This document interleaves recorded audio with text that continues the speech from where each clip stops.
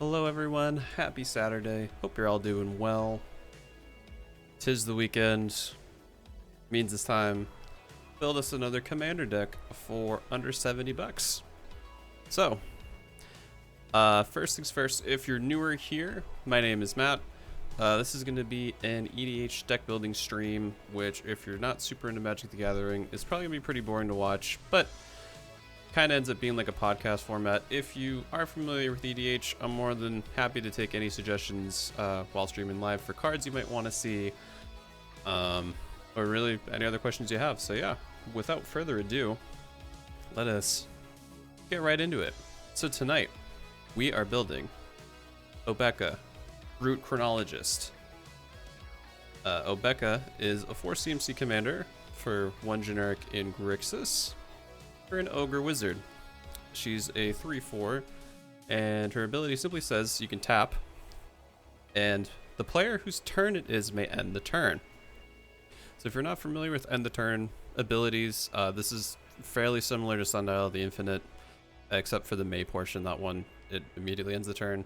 But basically, ending the turn exiles all spells and abilities from the stack. The players whose turn it is discards down to their maximum hand size. Damage wears off. And the important thing that I want to really look into for building this tonight, it specifies this turn and until end of turn effects end. As always, I don't really do any super huge research into this. I have some card ideas in mind, but obviously since we're in a budget, things are going to be a bit more limited. So kind of the main things I want to try to focus on are turning downsides into benefits. So there's lots of cards that have until end of turn, or at the end of turn you lose the game. I'm not sure how many of those we're going to be able to fit, especially since this is like a week and a half, I believe, after Obeka got spoiled, and unsurprisingly, a lot of the prices ticked up for a lot of the cheaper red-based extra turn spells, because typically those have you lose the game after you take the extra turn. But with Obeka, big negatives with ending the turn don't really apply to us. So we're going to look into turning downsides into benefits. Anything that additionally helps out with end the turn effects. Obviously extra turns in general would be cool. But again, seeing as we're in a budget, I don't think we're going to be able to cram a lot of extra turn spells into this. This is going to be not necessarily a combo deck, but Obeka is going to kind of be the big signature piece of building the deck, at least how I'm envisioning I want to build it. So we want to look into a lot of protection for Obeka, coming in the way of counter spells, you know, maybe some of the good old boot equipments to help give her shroud and whatnot, and then lastly maybe some sort of, you know, untap benefits. The only thing is since her ability is a May, we don't really want to use this on other people's turns unless they're going to willingly want to end their turn, which most people aren't, for the bigger benefits of having this type of powerful ability in the command zone. So I'm going to mostly focus on giving us the most value possible, because obviously we're always going to want to end the turn when we tap her to target us. So, always, I like starting out with 38 lands. It's usually a bit higher, so I can cut a few if later on we have some issues with trying to get down to 100. That being said, maybe I feel like 37 might be the lowest I want to go, because we are lower in a budget, so we're not going to be able to have a ton of shock lands or pain lands, or really many multicolor lands. We're probably going to have to run quite a few basics, especially if we're going to lean heavier onto like extra turn type effects, but we will cross that bridge when we get there. So I always like starting off with a filter of 79 cents a card, because that usually gets us really well underway of what our budget needs to be to hit that magical $69. They're all the nices you want into the chat, but yeah. So let's see. I guess we'll start off with this turn effects, just to see if anything really sticks out. Fun fact, people with many friends live 3.7 years more than those who are isolated. That is very interesting. Also, hi, Dice Master. So we're going to do this turn. I guess we'll look at everything, because we're starting off kind of fresh. Holy moly. Okay. Let's filter auras because I'm probably not gonna really want a ton of those. Regular enchantments could be fine. I don't really want equipment that specify that either. I don't think it's gonna really narrow down the list that much. Yeah, pretty sure it didn't really. All right, well let's start then looking at instance creatures, and we'll go from there. Okay, wow, we still have a lot. All right, this is filtering 79 cents. Oh boy. Well, I think we're gonna be able to fly through a lot of this. Let's start off with CMC.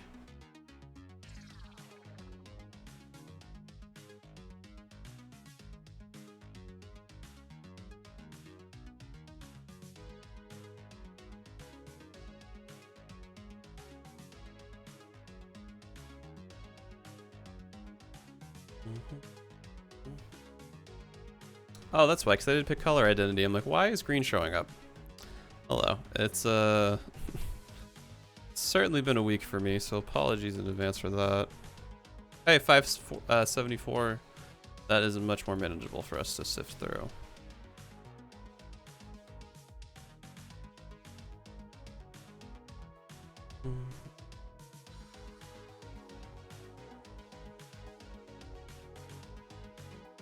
I'm gonna get the feeling a lot of these are gonna be kind of pump benefits and things of that nature, so I'm not gonna really expect to see any hidden gems, but you never know.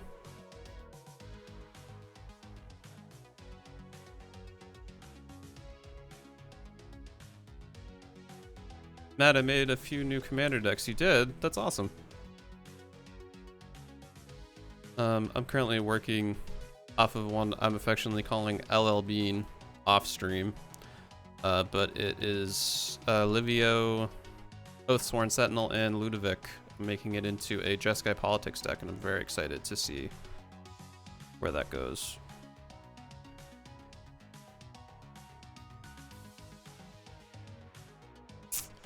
Yeah, so voting's not gonna really help. I mean, obviously if we had Expropriate, that would be huge, but we're not gonna really be able to guarantee having Illusion of Choice and Expropriate in our hand, at least for working with this budget. So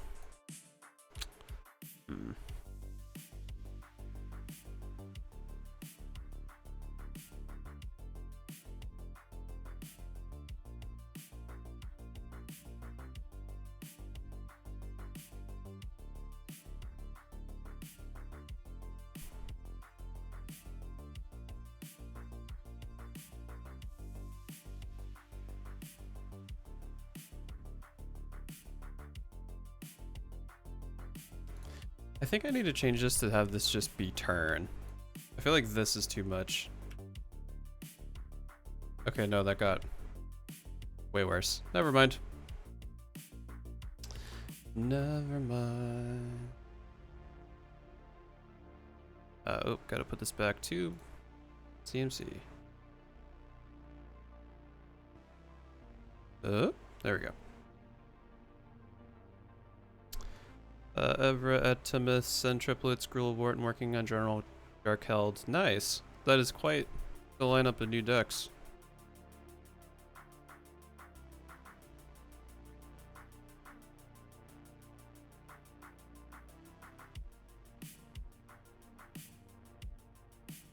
So this doesn't super fit into what we're looking to build, but honestly this is kind of nice protection, especially if Obeka gets some removal targeted against it, or there's a board wipe, or anything crazy.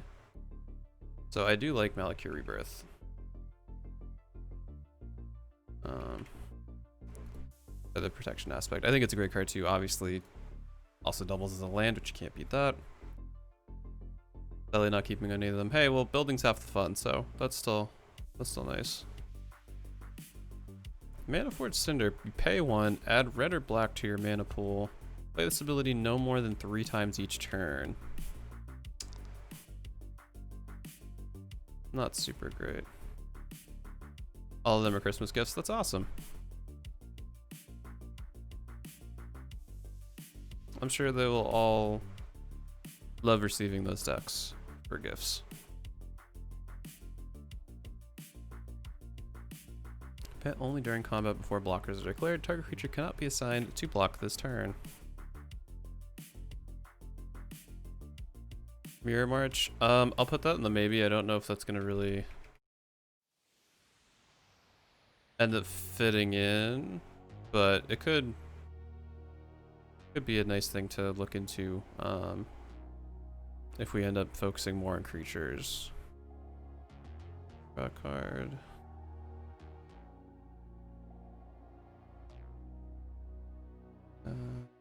Target the creature this turn. Keep the tokens. Yeah, definitely. I know a lot of effects like that will work well. But I don't know if I want to make this one super creature heavy or more of like a spell slinger type deck, but we shall see.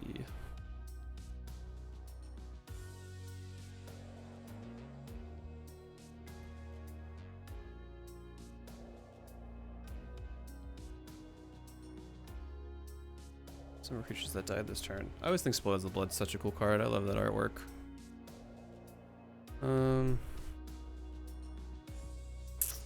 Kill Hazard's okay. Supernatural Stamina could be a nice another great cheap way to keep Obeka alive.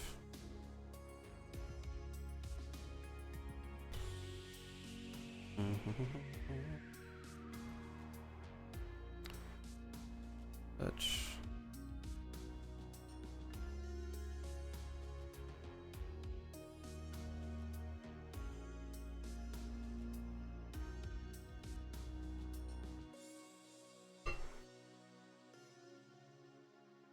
Jark held.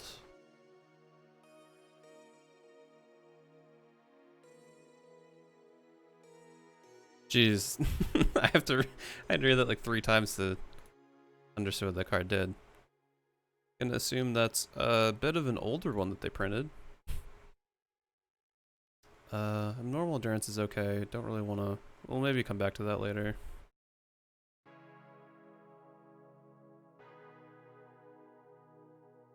You control a creature with power 4 or greater. Damage can't be printed this turn. That's a shame that. I wonder if there's anything that focuses on toughness 4 or greater. I don't believe so, but you never know.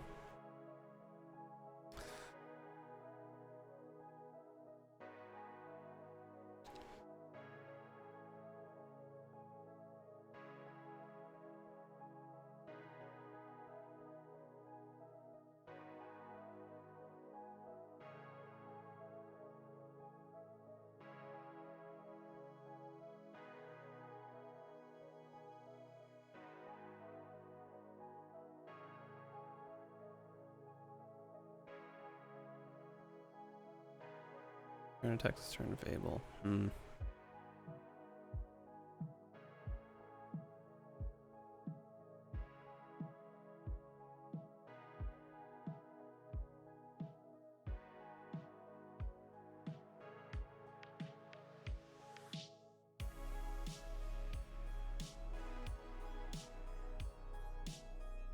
Yeah, so far a lot of these are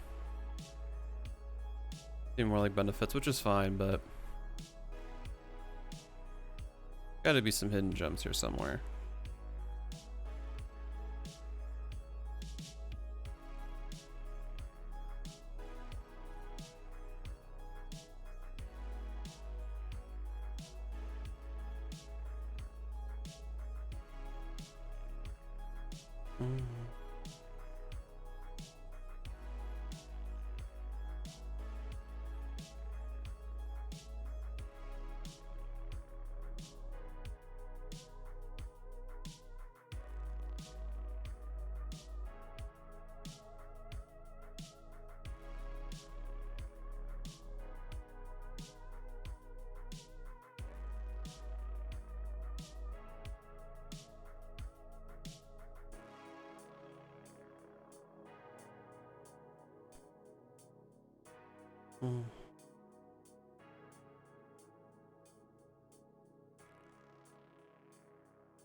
Attack this turn if able.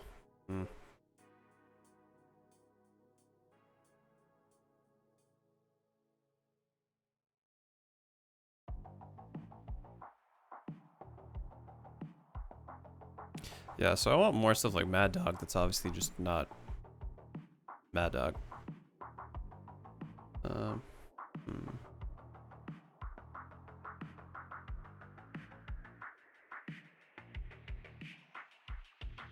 I love Mission Briefing as a whole. It's kind of a pet card.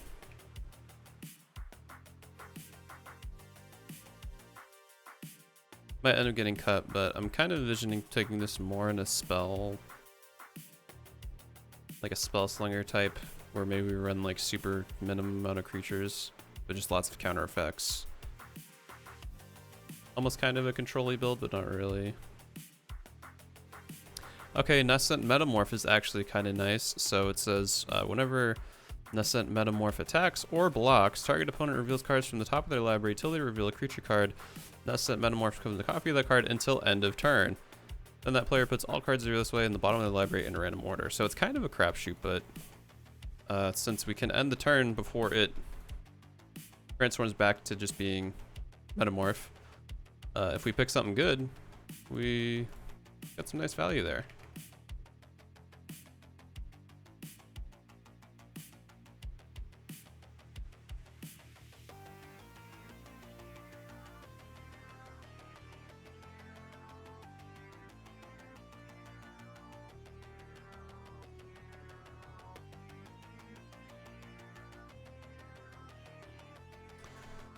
Ooh, target player can't play lands this turn. Doesn't really fit in anything, but it's just kind of, in general, interesting. Since Grixis doesn't have a great way to ramp, it'd be nice to have our other players not be able to ramp. This will go in the maybe board, definitely.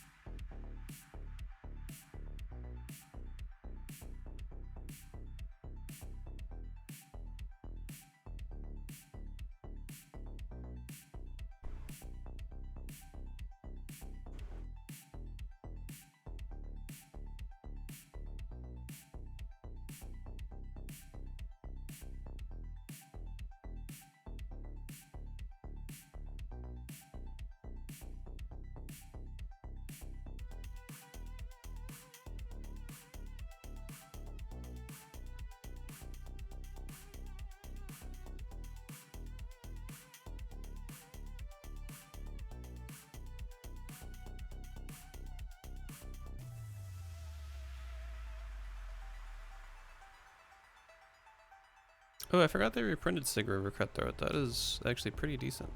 I think it was getting up there.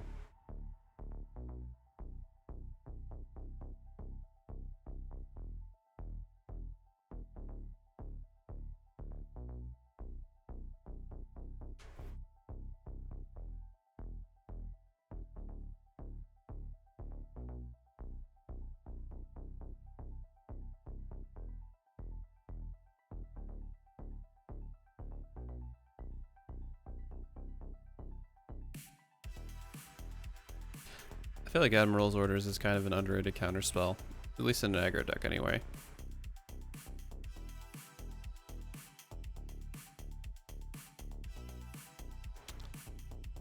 Which has each other creature in each player. Ooh, Azra's Oddsmaker definitely has to go in.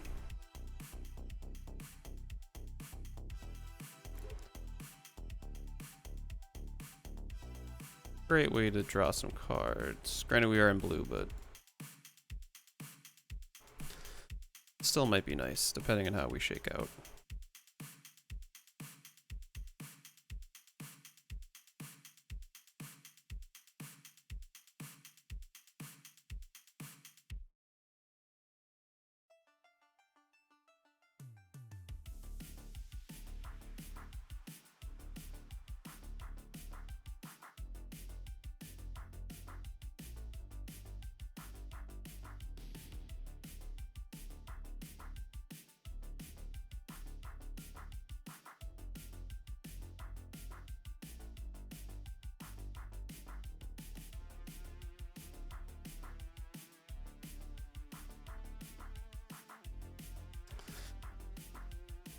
So I guess these, some of these transform cards could be okay. That might be a way to get some more value too. So the cards like these, the werewolves, typically say at end of turn, if something didn't happen, you can retransform them back.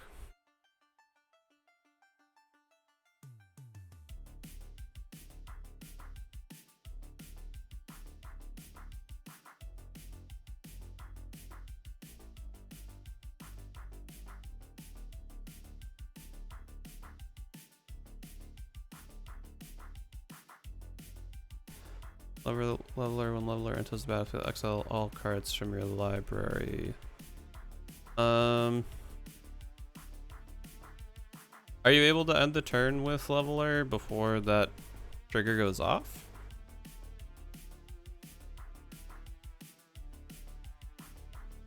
Yes, interesting.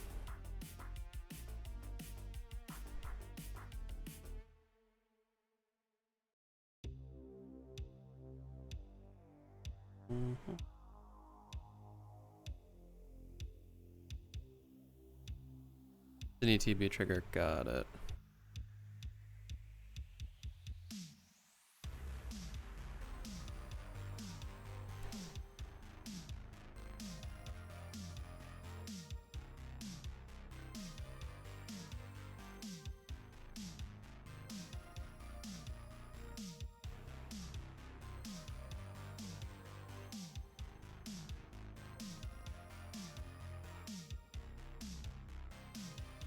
Massacre Worm could be cool. I'll throw it in the baby board just because I don't know how focused on black we're gonna be, but we'll see.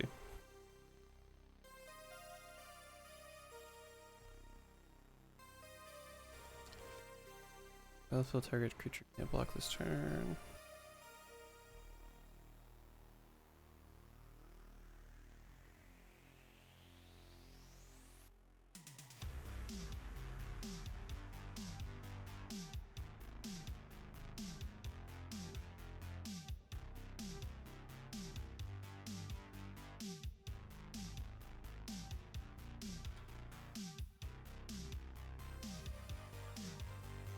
Yeah, Glorious End and a lot of the lose the game type effects I'm going to definitely look into for sure. I just don't know how expensive. I know a lot of them have spiked since Obeka got spoiled, but those are definitely on my radar too. I try to include for sure.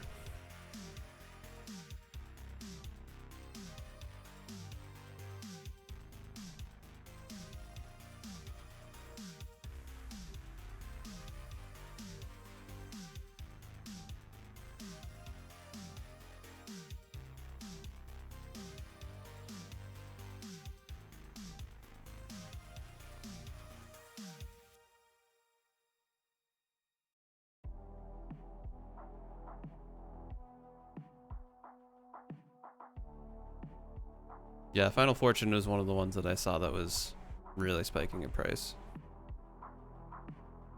But I don't think Glorious End is too bad.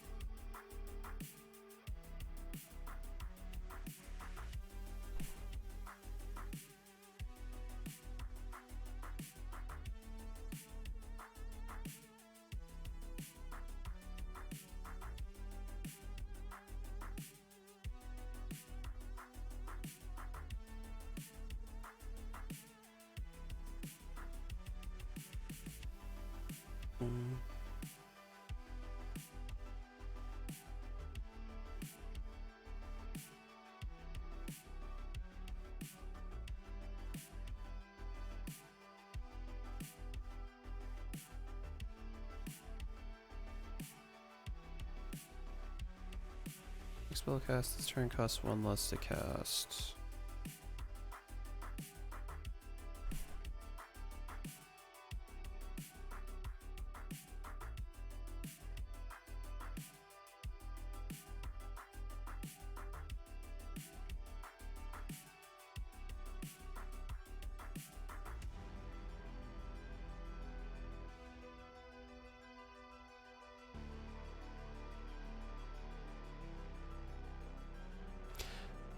How much is Mega Syllable now? Didn't that get to be a lot cheaper? Yeah, way cheaper. That might be decent to include.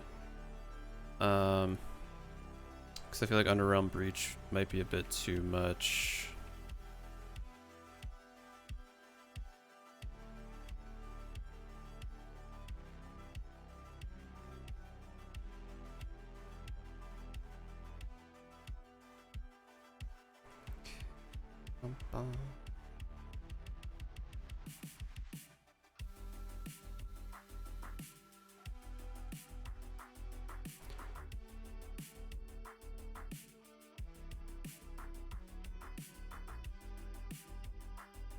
Copy of any creature on the battlefield.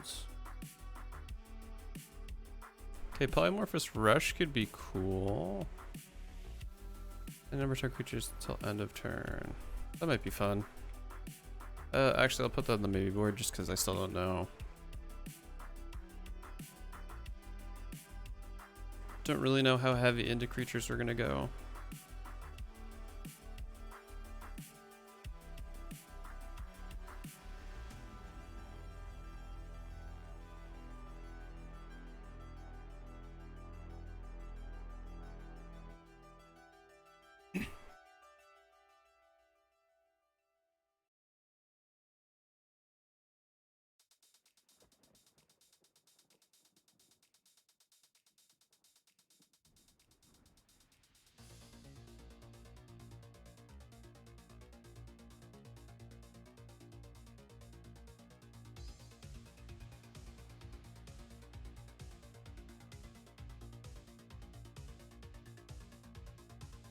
I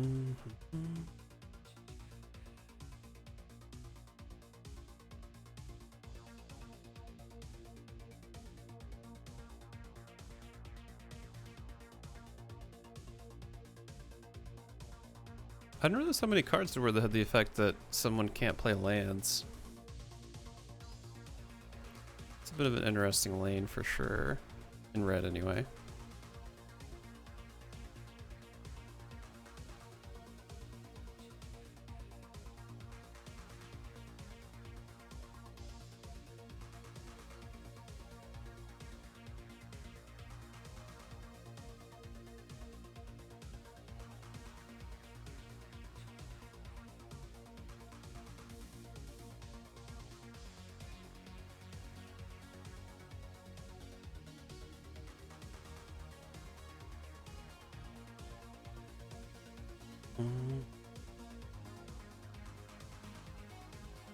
Alright, cruising on through. Not really seeing a ton of stuff with this turn effects, but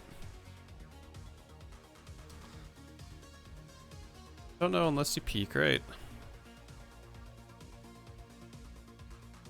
Captivating Crew could actually be another decent one, but if we were gonna do thievery effects, maybe actually we'll... That might be a nice little sub theme, stealing everyone's stuff.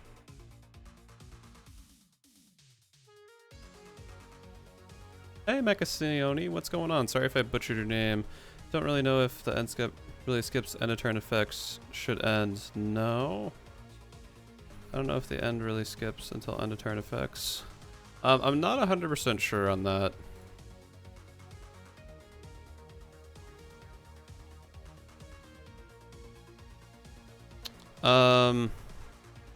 Who skips end of turn effects should end? No. Yeah, so that's at least right now I'm looking at stuff that's like this turn effects. I'm gonna assume I'm gonna find more things that are at the end of this turn effects that are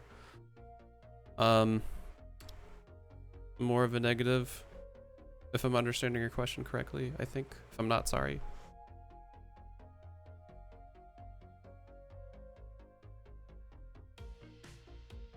But yeah, like for instance, cards like whatchamacallit?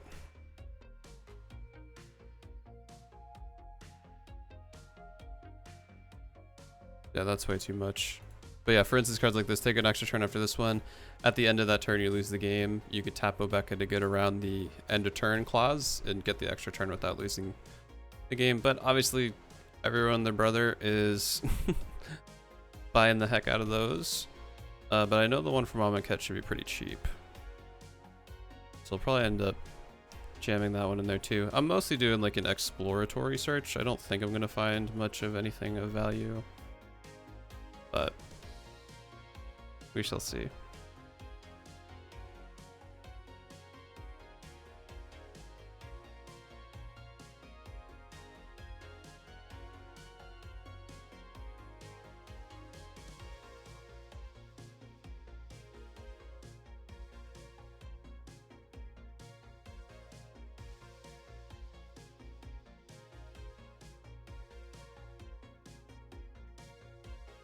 I'm Psychopath, that's a weird card.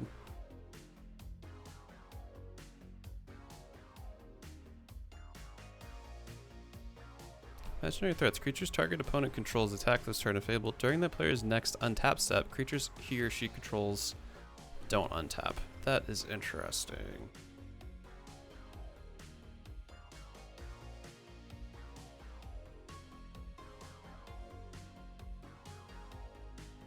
Yeah, so like Inferno Hellion, for instance, we'd definitely be able to get around this because it says at the beginning of each end step.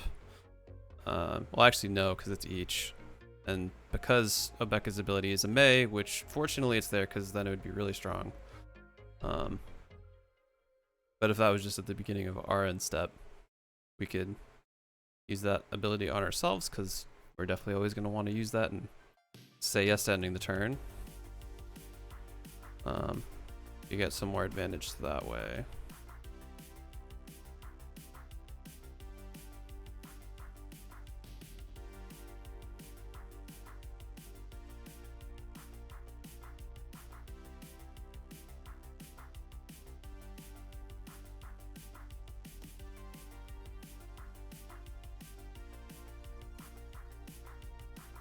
Running all over the place. Okay.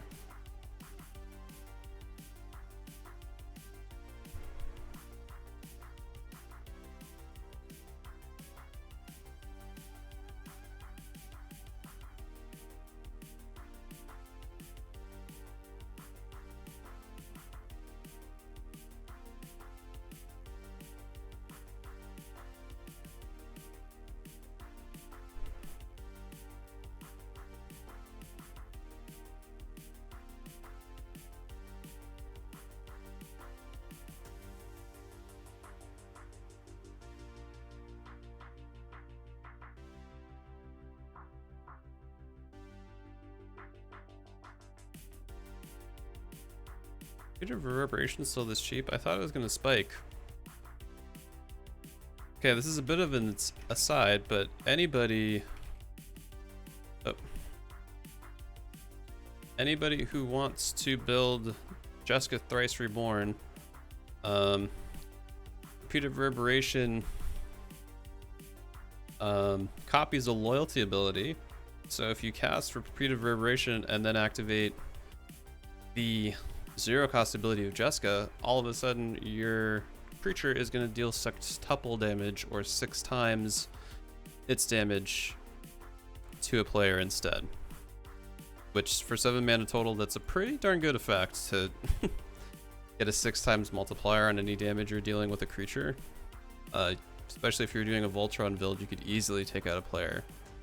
No problem at all. So I would very much anticipate this spiking as time goes on, if Jessica really catches on. But that's a bit of an aside.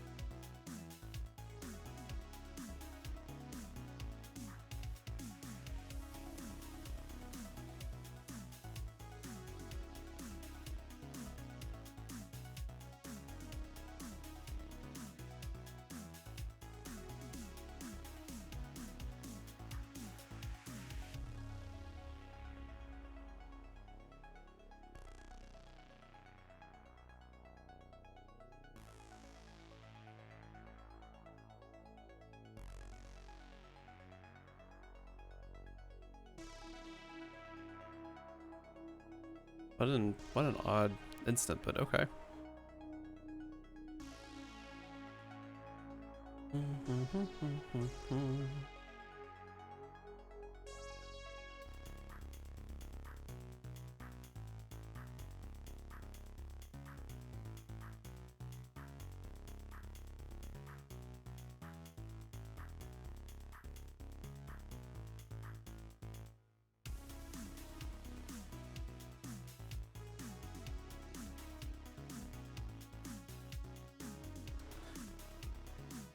Okay, Kelton Battle Wagon. Artifact creature 5 has trample, can't block. Whenever it attacks, sacrifice it at the end of combat. Tap and attack creature control. For X tap creature's power. Oh, that's just Dragon Throne a Tark here, but way worse. Nope. Sorry. Kookus.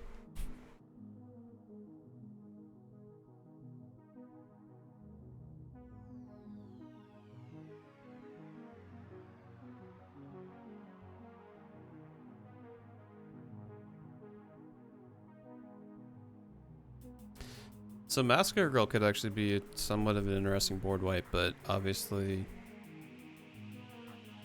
it only really matter if we had a bunch of creatures out, and this would inevitably kill Obeka too, so maybe it's not that good for at least how I'm envisioning things to go.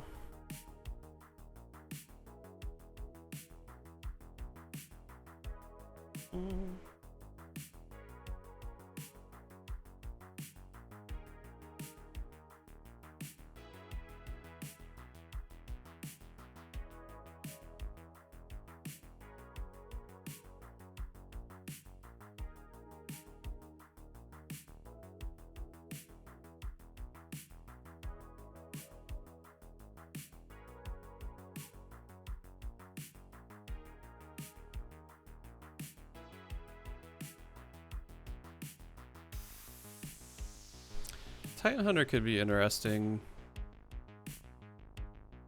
because we could get around the downside, because if we're not really a sack deck, I mean obviously Titan Hunter is a sack outlet too, but we could have it just ping everybody except for us for 4 damage each turn, which could end up adding up.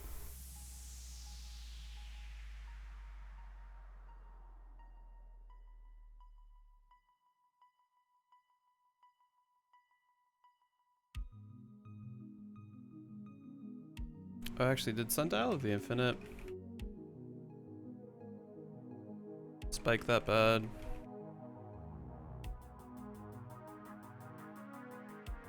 Okay, so it got a little bit pricier, but it's not that bad. Just could be decent.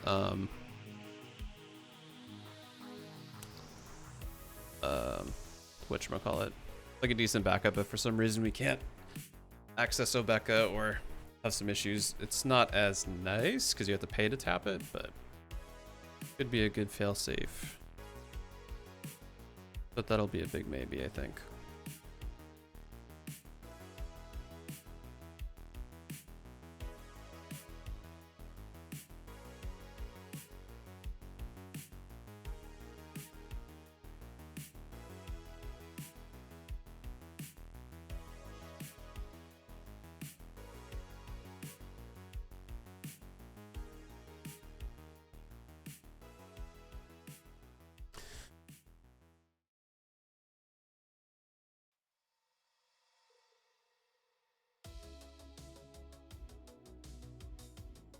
Magus of the Mind could be kind of interesting. Because we'd get around the end of turn clause if we're unable to pay for some of them. Granted, it's really dependent on, you know, what the storm count is. I'm not really planning on building this as a storm deck. But if you're against anybody at the table that likes to go off, could be a good high end. It's also a wizard, which I'm kind of thinking of doing a minor wizard tribal, maybe. Or maybe just like wizard benefits. Like maybe putting in Anala, which I don't know how much Anala is.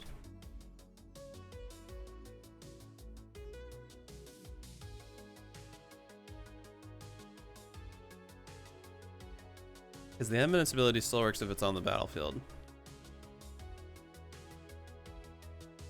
Granted, it wouldn't really work for Obeka, not that we would need it to, but it would be a nice option.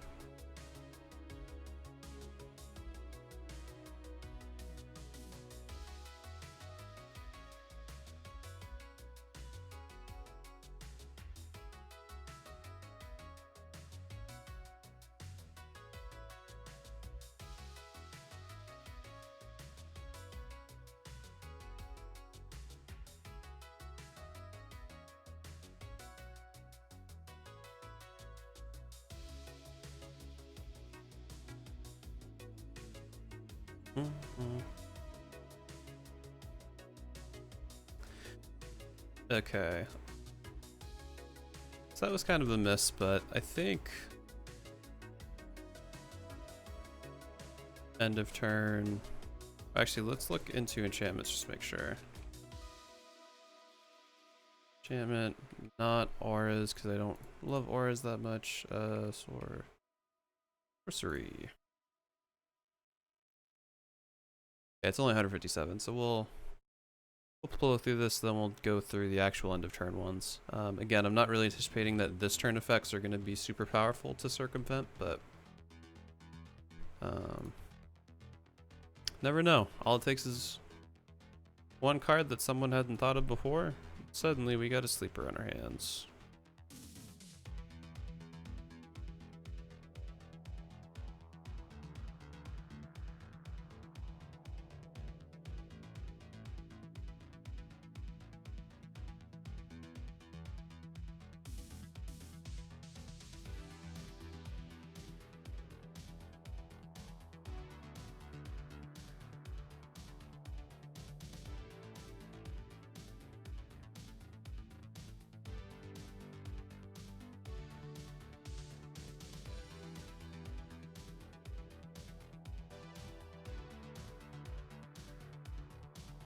I just love Confounding Conundrum. It's slowly becoming another pet card of mine. This could be nice against...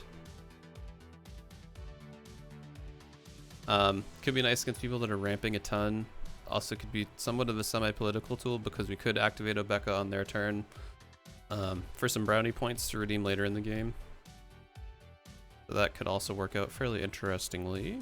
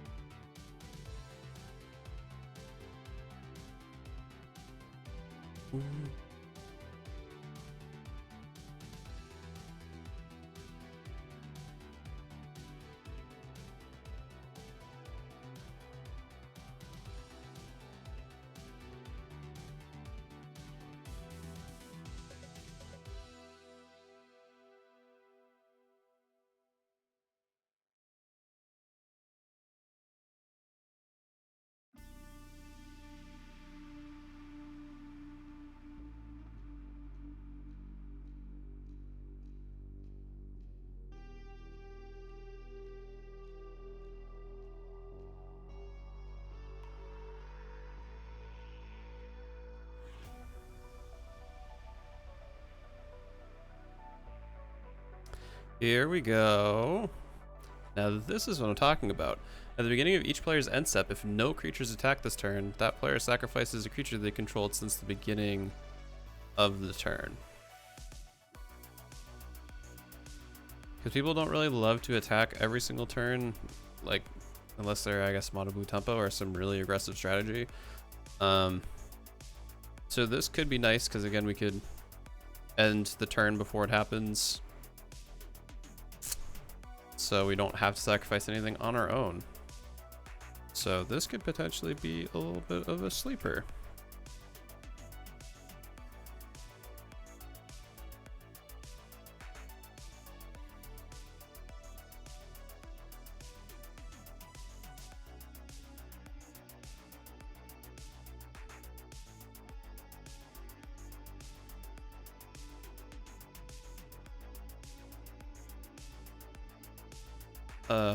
Mana cash makes me really wish I could end the turn on other people's turns, because that would just be mean. Straight up mean.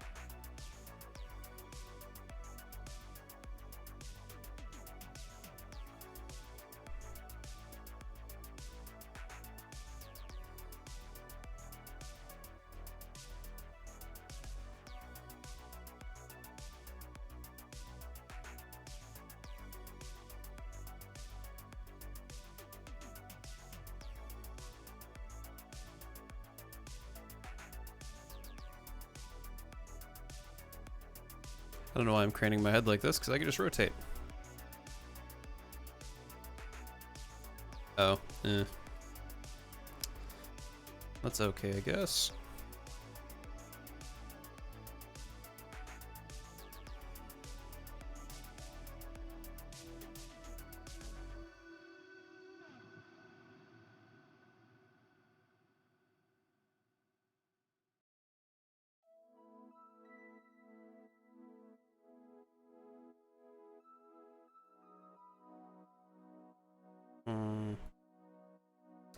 Don't think there's a way to break that.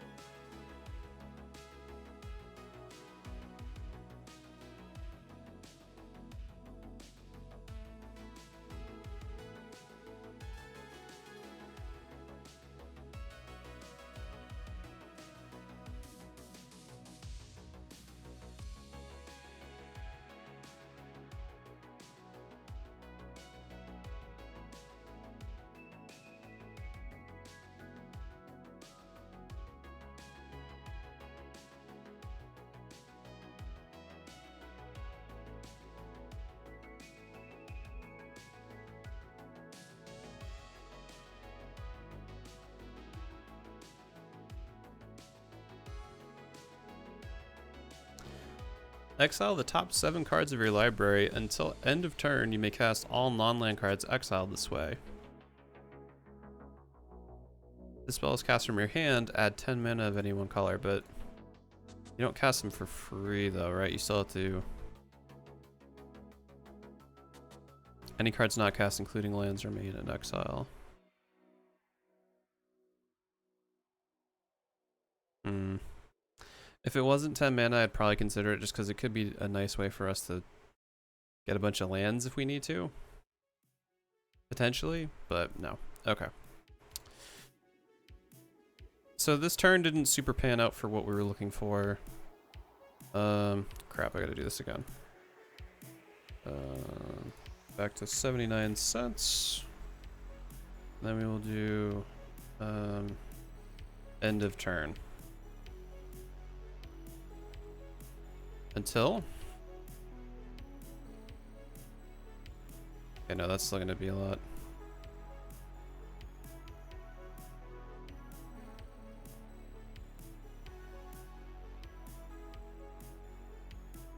Okay, well, a lot of these are creatures. Alright, let's do everything that's not a creature. Okay, 690 is a bit better of grouping to go through. Oh, it would help if I picked the legal format. The pricing's there too, right? Yeah, USD less than 79 or equal to or less than. Less than or equal to, I should say. Legal commander, end of turn. Basically anything that's not a creature. Okay, great. Alright, awesome. It is time for me to take my first break. I will be right back in a few minutes.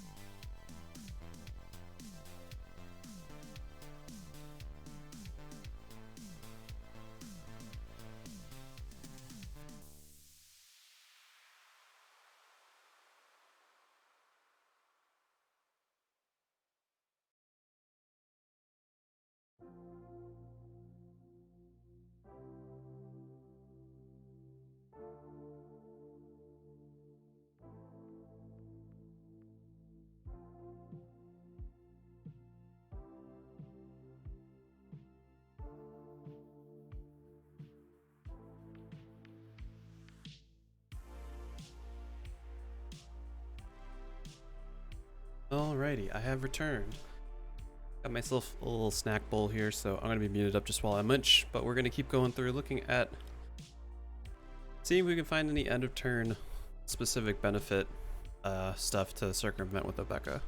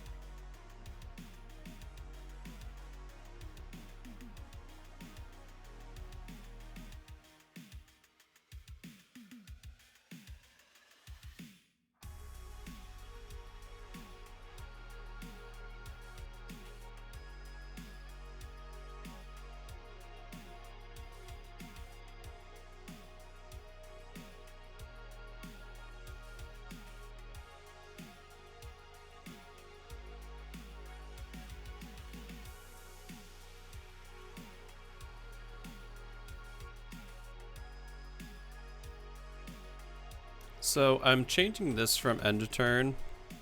One, because this pool is going to be smaller, and two, I think this is going to be an area we can abuse a bit more than end of turn effects. But yeah, we'll see. And sorry, I'm still munching a bit, so.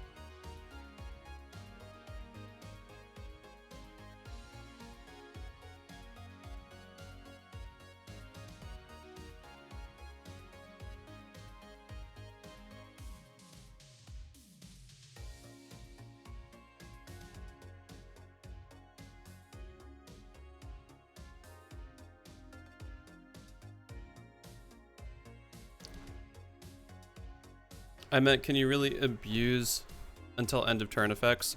So I was just doing some reading. It doesn't look like you can, but things that specifically state at the end of your turn or at the end of your turn. So like, for instance, this is exile that creature at the end of turn. This can get around that exiling clause. So like, this is more what I was thinking mentally, but I kind of worded it wrong. So you would be correct in saying that until end of turn effects wouldn't work, because things like claim the firstborn or thievery effects, it would end the turn, but it wouldn't let you keep that card forever. It would just give it back. So end of turn specifically seems like the keyword that's going to work a bit better. So like if we had Spark Elemental, we wouldn't have to sacrifice it because Obeka would get around that.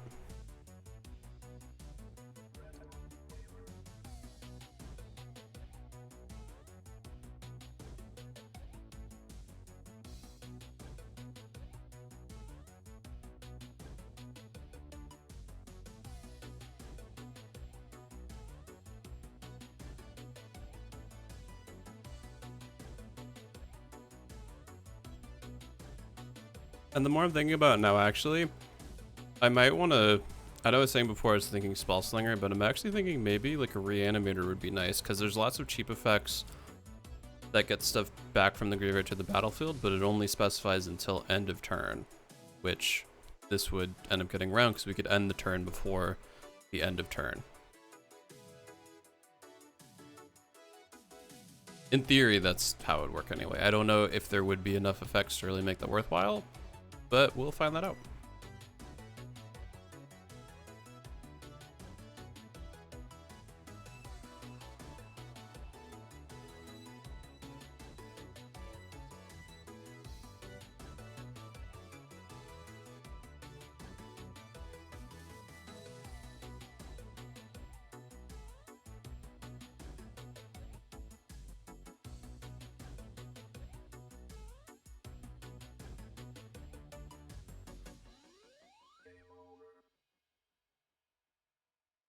Okay, it would be broken. Yeah, exactly. If this could work for things like until end of turn, absolutely would be broken.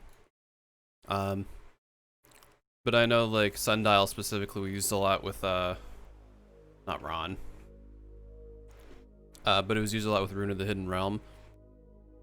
because you could exile another creature, return that card to the battlefield under its owner's control at the beginning of the next end step. But obviously you could crack Sundial of the Infinite, or not crack it, but pay 1, tap it, end the turn before the creature would come back. So then Rune just has basically pay 2, tap it to exile anything permanently, any creature anyway. And Obecca's ability is basically the same thing. It's just worded slightly differently because we can use it on other people's turns, but I don't think they're gonna ever want us to use it that way.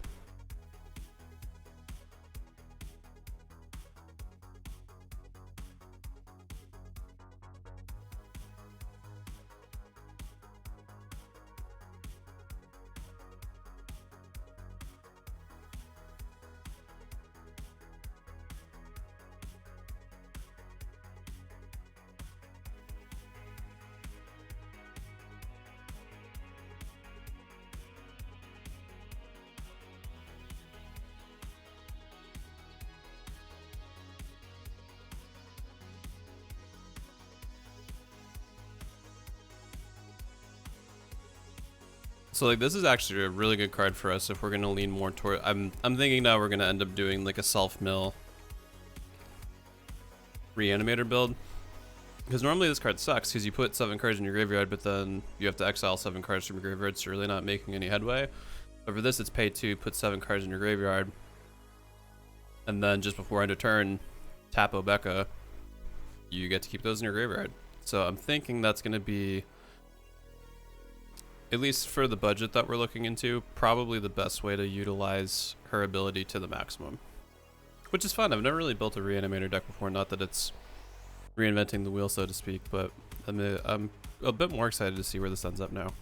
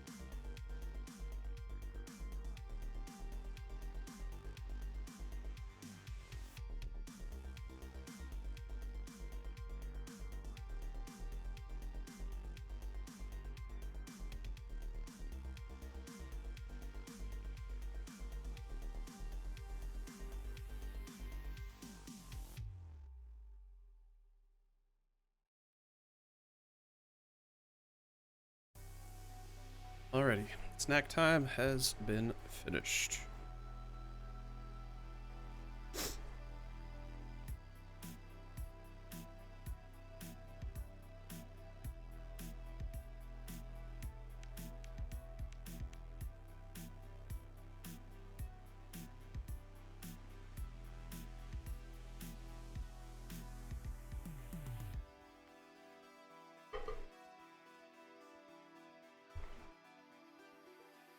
I should go now. I'll see you upload on YouTube if you upload it. Anyway, thanks. Good night. Hey, thank you for hanging out. Macacioni, I really appreciate it. Yes, this will be up on YouTube probably sometime Sunday night or Monday. So it'll be there. But hope you have a great rest of your day wherever you are. And hopefully see you again soon.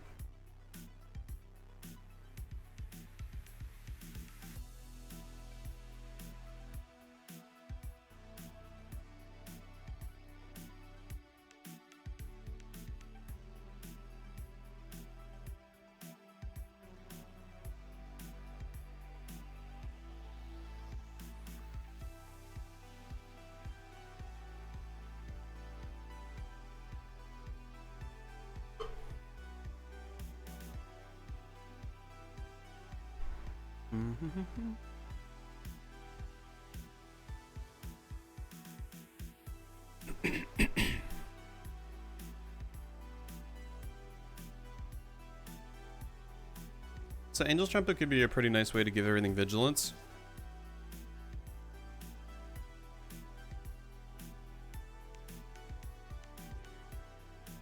Granted, gives everything well, no, it's actually, I wish it was at the beginning of, actually, then we wouldn't have been able to abuse it. Angel's Trumpet could still be cool. Let's throw it in there and just see where we end up.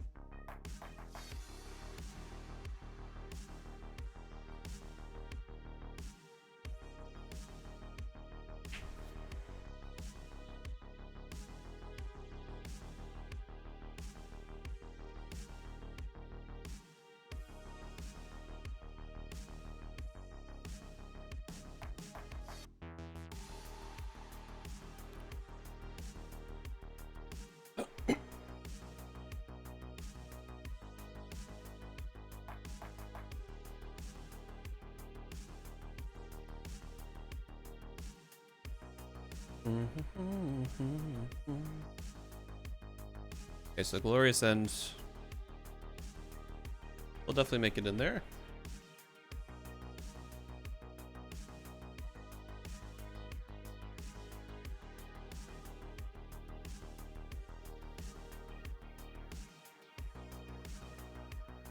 Gruesome Encore becomes way better.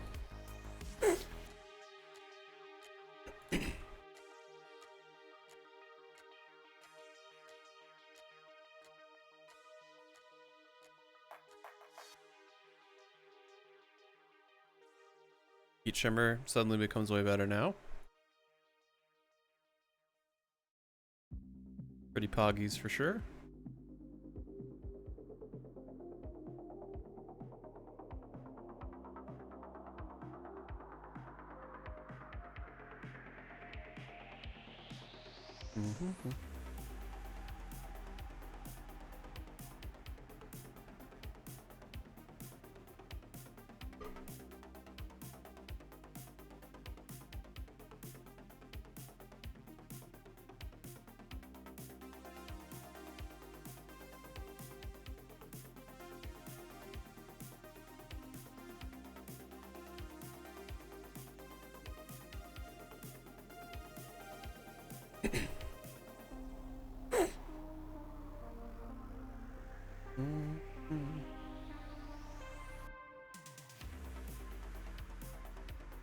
Lightning Skelemental is also pretty good.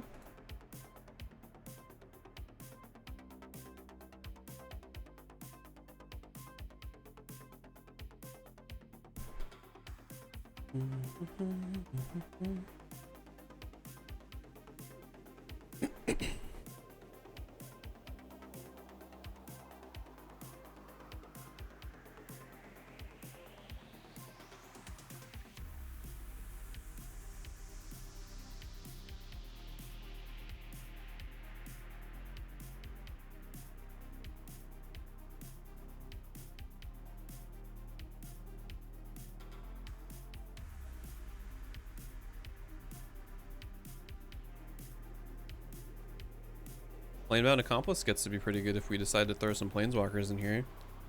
That'll be a big maybe though.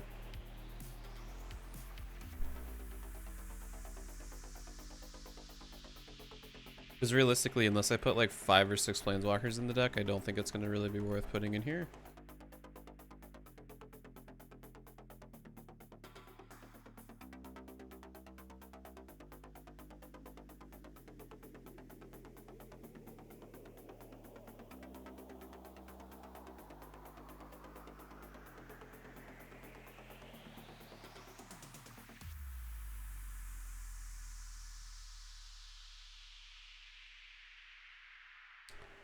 Ooh, Stonetaker Shaman, that's an interesting one.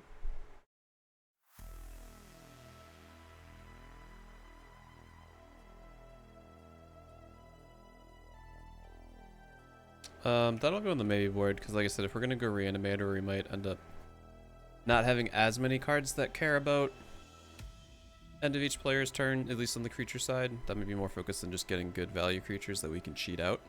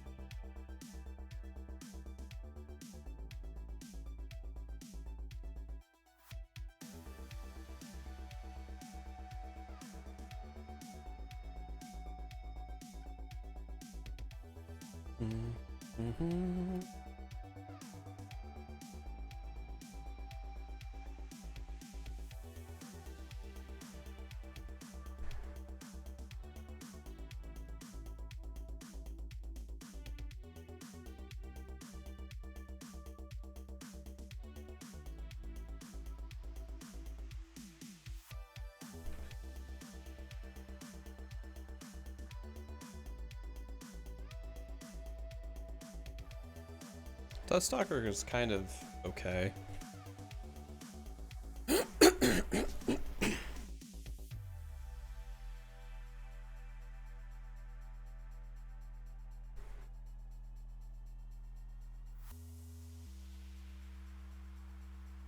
Echo Chamber would be sick if they didn't get to pick what the card was.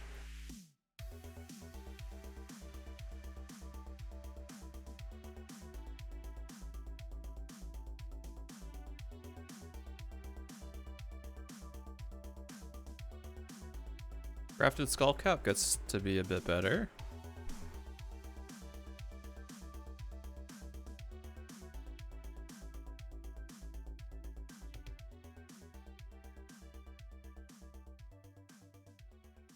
Ooh, Hate Mirage.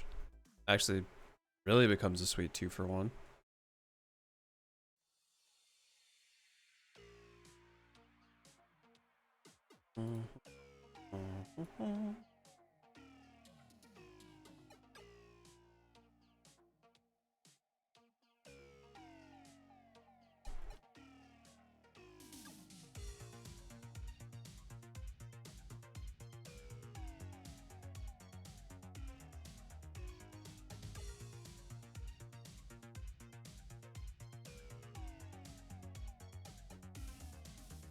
Whenever Identity Thief attacks, you may exile another target non-token creature.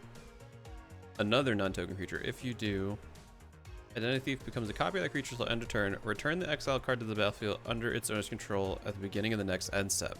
So this is actually kind of spicy, because not only does Identity Thief become a copy of something that could be really good.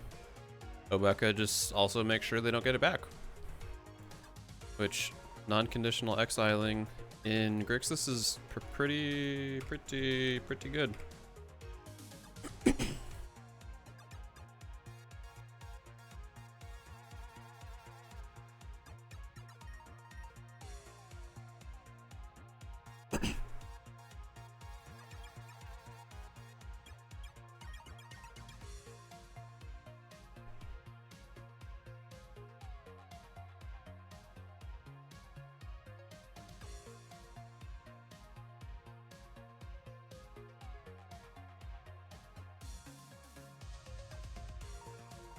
It'd actually be kind of sweet if we could get a bunch of these effects that end up being super cheap, because then we got way more of a wide berth to play with getting a better land base, which is always pretty nice. Especially because Grixis colored lands tend to be expensive, at least comparatively to others.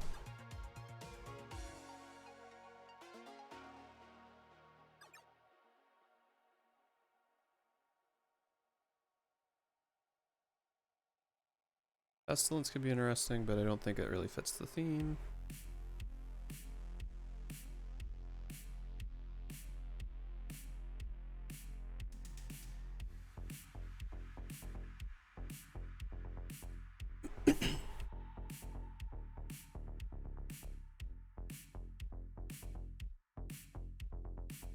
Troublesome Spirit would be pretty fun in a Zedru deck, huh?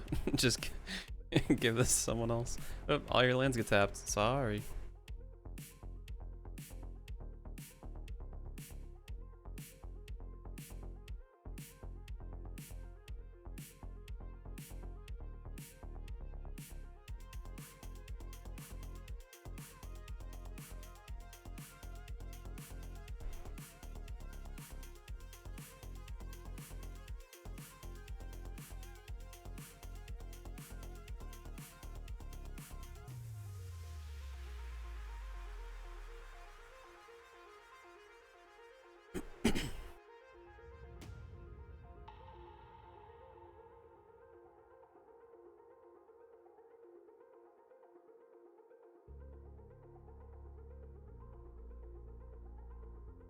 Okay, damn, we're already pretty much at the end of the list, which kind of sucks. Slavable S is not that great.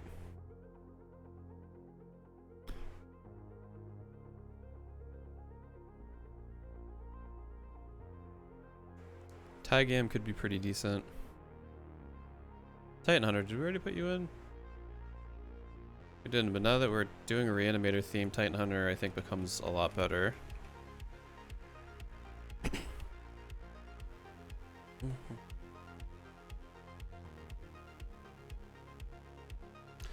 Ooh, Treacherous Urge could be kind of spicy. Just steal something that's super good from one of our opponent's hands. I kind of like it. Is it super powerful? No, but the one time we get lucky and pull out a Blightsteel Colossus from someone's hand, oof, that would feel good. Feel real good.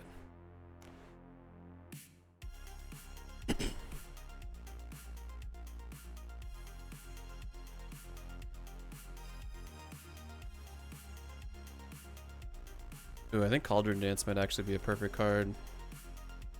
Cast Cauldron Dance only during combat. Return target creature card from your graveyard to the battlefield. That creature gains haste. It also says you may put a creature card from your hand on the battlefield. That creature gains haste. Normally you'd sacrifice at the end of your turn, but we wouldn't really have to do that now, would we?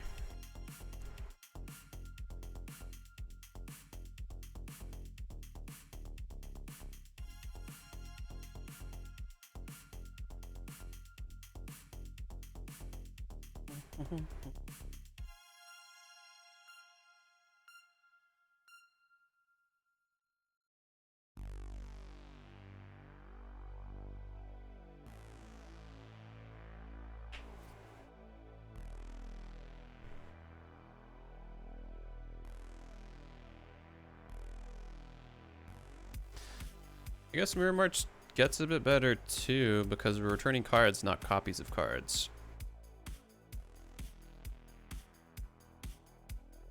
Bum, bum, bum, bum.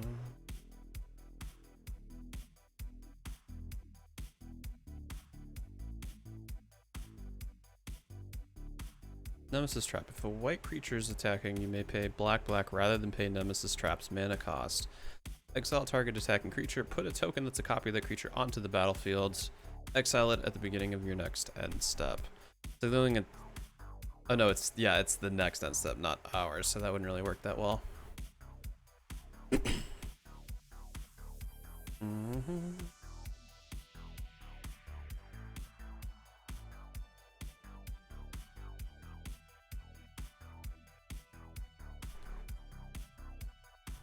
Yeah, so one thing I have to really make sure of, I don't know where my notes went.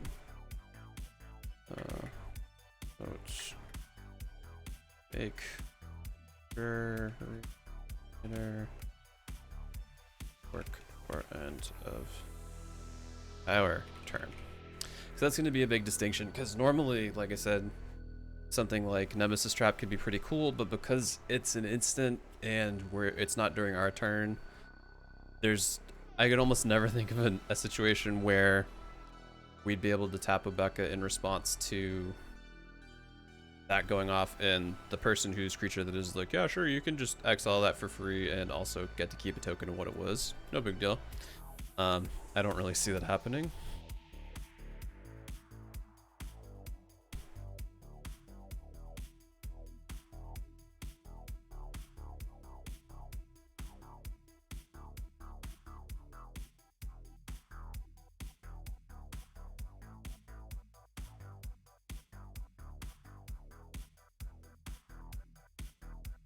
Bear of the Heavens could just be mean.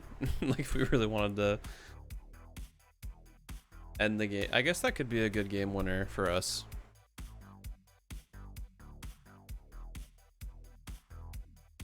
Heck it, why not? Because we could also hold Obeka like a carrot out, being like, oh, you want everything to die? Don't kill Obeka. Okay. I want to do the same search again, but I want to see how many more cards we get that are greater than 79 cents. So now if we look, okay, that's not that much more. So let's just see what's here.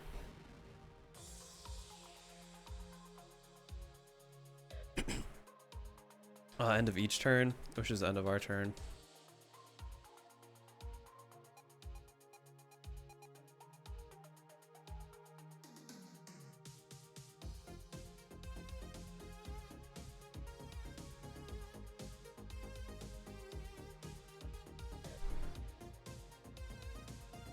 Okay, Apprentice Necromancer already had. I was like, Yeah, Final Fortune would be nice if it wasn't so pricey. I think Last Chance is even more expensive now because that was only Portal, or started in 1999 and Portal, so yeah. Zoro's Vengeance. If we ran a lot of legendaries, that could be good, but I'm not gonna really see us doing that.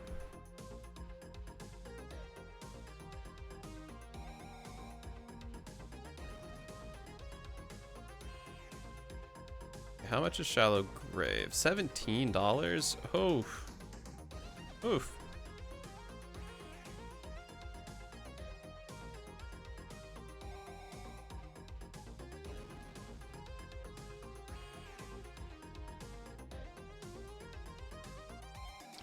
How much is Underworld Breach? Is it still? It's only $2. Damn, that is cheap. Cheap, cheap, cheap, cheap.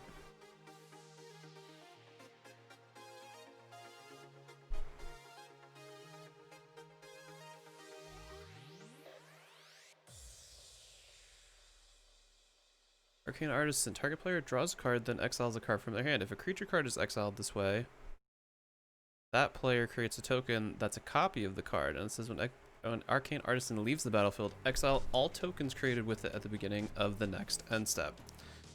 So that could be something we could kind of abuse, right? Could be something kind of political. Could also benefit us a bit. We'll see how that goes.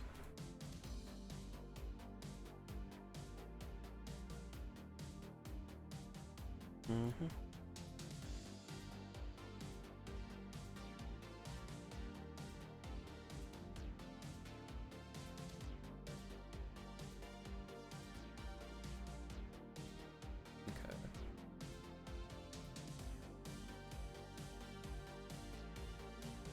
So Citadel of Pain could be nice for us because we could get around the end of turn. It is $4, which is a bit more expensive. So let's put that on the maybe board side of things.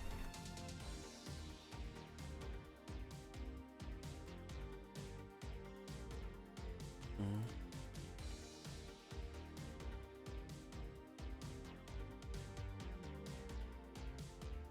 I already put Sundial? I didn't. Let's put...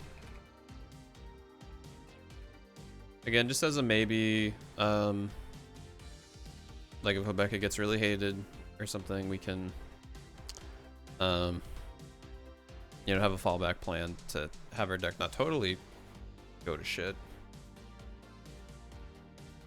Isn't Corpse Dance super pricey? Yeah, 20 bucks. Oof. Third of our budget? No thanks. Desolation. This is probably also 80. Okay. At the beginning of each end step, each player who tapped a land for mana this turn sacrifices a land. Desolation deals 2 damage to each player who sacrificed a plane this way.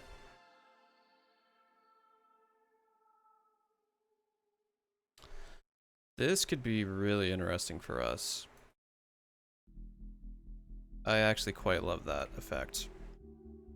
It's kind of similar to Citadel of Pain, but way cheaper. Granted, I think the bigger benefit of this is forcing them to sack lands, not necessarily the damage portion. That would just be a bonus.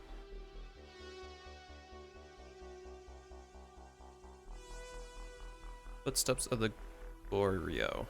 That's definitely worth putting in. 100%.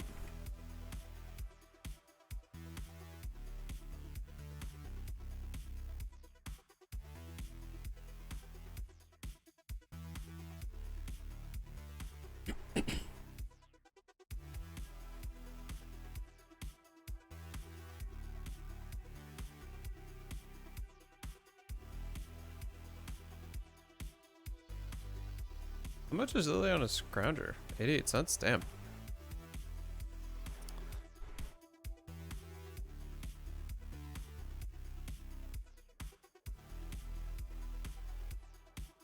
If we were like an artifact reanimator type build, that would be really cool to put Mirrored and Besieged in, but I don't think that's gonna work. Not gonna really work in our favor. Ooh, Mnemonic Betrayal. Exile all cards from all opponents' graveyards. You may cast those cards this turn and spend mana as though any mana of any type to cast the spells. At the beginning of the next end step, if any of those cards remain exiled, return them to their owner's graveyard. So we could cast Mnemonic Betrayal, exile all cards from all opponents' graveyards, which if we're against like a self-mill or reanimator mirror matchup, that would super hose them. Not only do we get to cast the stuff a la Snappy or Mission Briefing, but because it's sorcery, we can only cast it on our turn, which is great because at the beginning of the next end step, if any of those cards remain exiled, turn them to owner's graveyards. JK. It's kind of unfortunate that we can only play it for one turn, but I think I like it enough that that could still be a huge game turner for us. How are we looking budget wise? We're up to 68 cards. All right, we're only at $21. That is fantastic. That's super, super good. Necropotence, we absolutely can't afford. Whenever a creature enters the battlefield, if it entered from your graveyard or you cast it from your graveyard, return prized amalgam from your graveyard to the battlefield tapped at the beginning of the next end step. That's okay. Season of the Witch, I'm pretty sure is super expensive. Yeah, 30 bucks. Nope.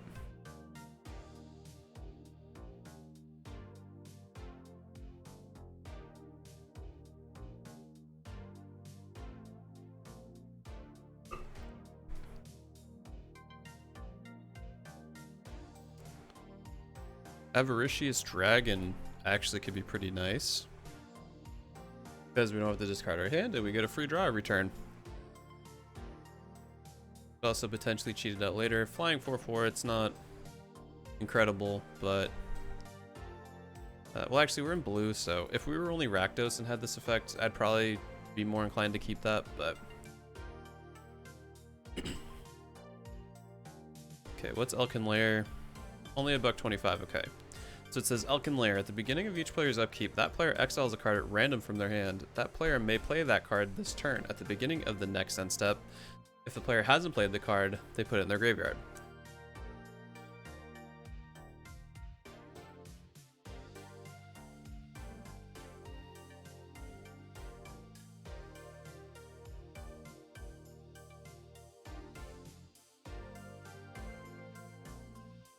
I wish there was a phase of this that it returned to your hand and then if it wasn't played you had to exile it, because obviously if we just end the turn while it's in exile, it just stays there. Not really helping us too much.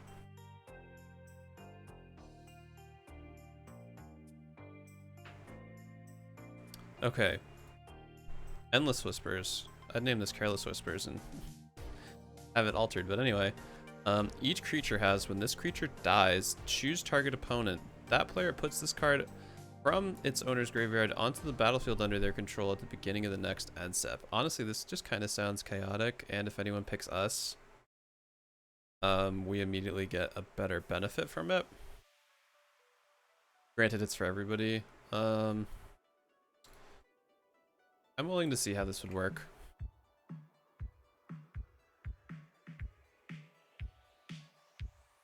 Okay, Flame Shadow Conjuring gets a hell of a lot better. Because it's basically guaranteed Mirror March in a sense. So then we can just end the turn and keep the token. The Kurid we already saw. Molten Echoes. As Molten Echoes enters the battlefield, choose a creature type. Whenever a non-token creature of the chosen type enters the battlefield under your control, create a token that's a copy of that creature. That token gains haste. Exile it at the beginning of the next end step. So that's kind of like...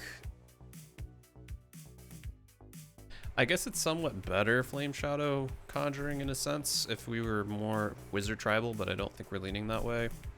So I don't really mind paying a 1 if it guarantees we can have any creature have that happen.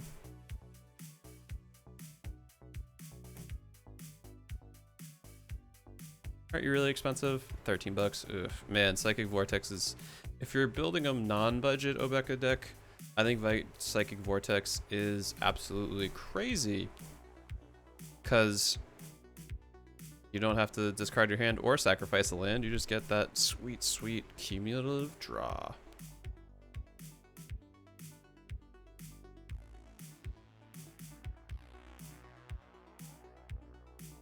Poly artifact? Is this... Okay, it's just an artifact. I was like, is this like the oldest equipment in the game? Because I've never seen that before.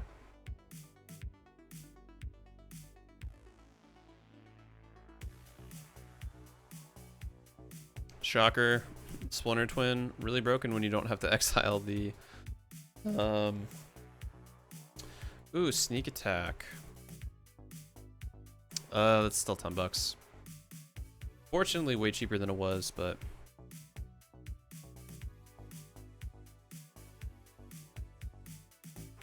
Still a little pricey for us.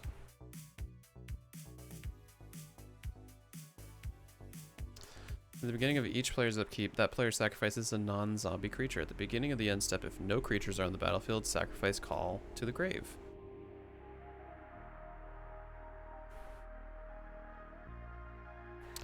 Okay, Anala.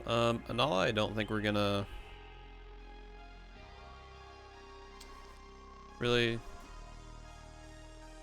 look into too heavily.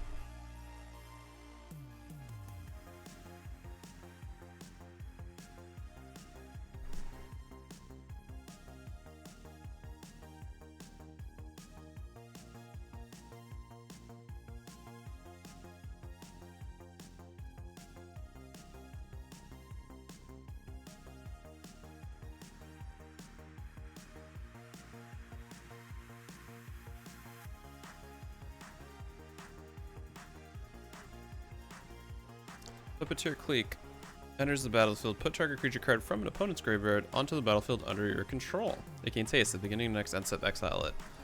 This seems like another great creature we could not only target with a reanimator ability of our own, but also get someone else's creature.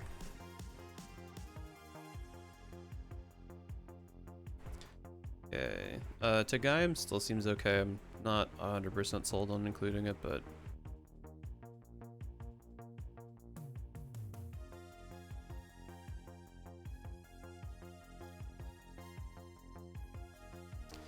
Sire of Insanity gets to be pretty good because we don't get to discard our hand. So I think that's a decent include. Reaper from the Abyss. At the beginning of each end step, if a creature died this turn, destroy target non-demon creature.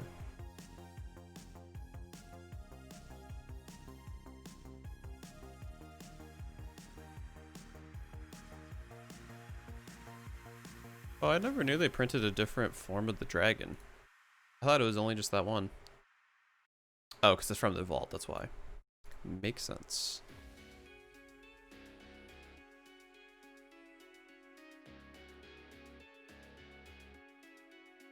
Player would draw a card. Player skips that draw instead. At the end of each turn, each player sacrifices a permanent unless he or she discards a card from his or her hand. That doesn't seem very good. Okay. So I want to see how many reanimator effects we have. Actually, let's do a different search before I do that. Let's do graveyard, battlefield, sacrifice.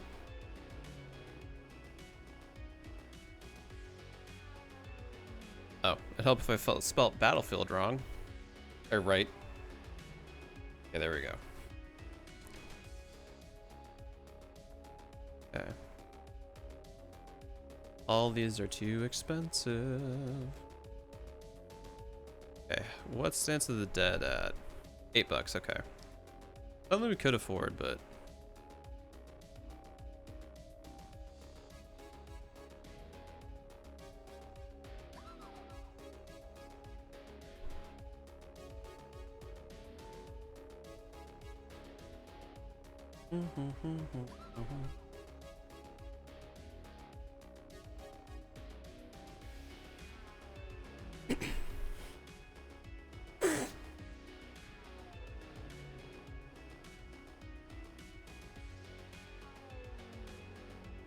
in your upkeep, you may sacrifice Bloodspeaker. If you do, search your library for a demon card, reveal a card, put it in your hand. Whenever a demon comes into play under your control, return Bloodspeaker from your graveyard to your hand.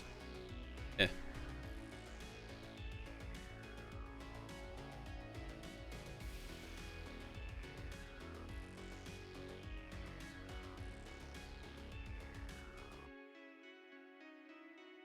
What the heck is this card?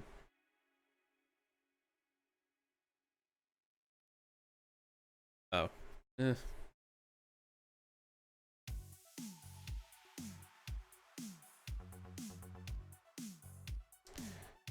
Okay. Did I have the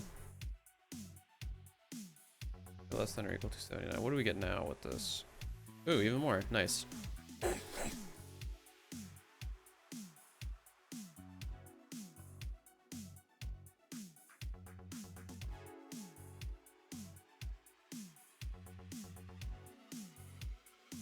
We'll go CMC.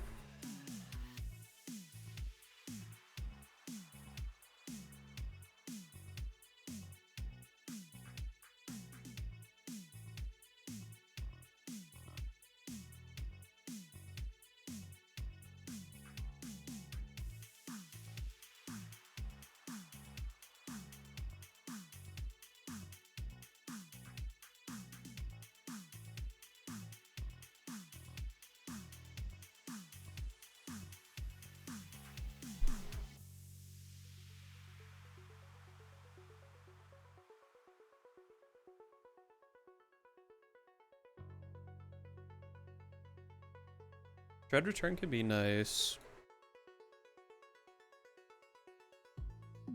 It's not like incredible, but Could be okay.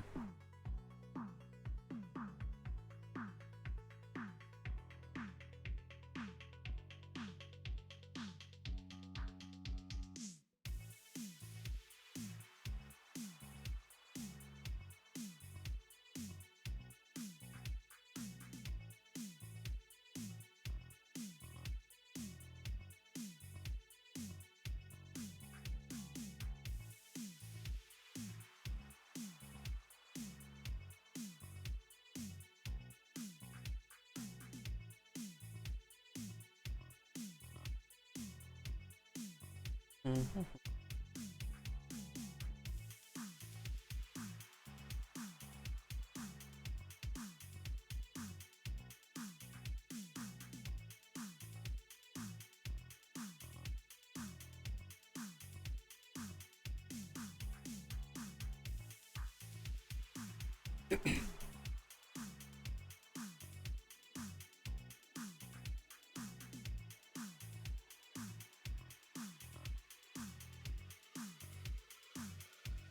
Okay, so I think we got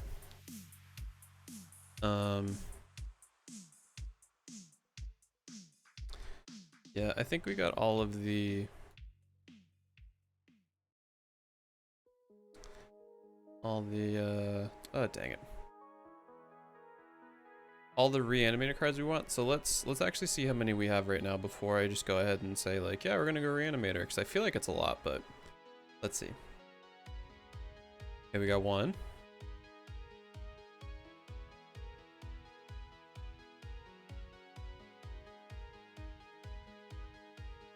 2.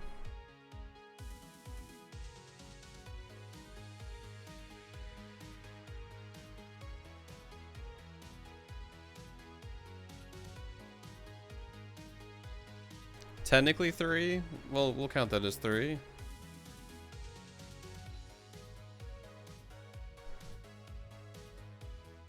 4. Kind of 5. 6. 7.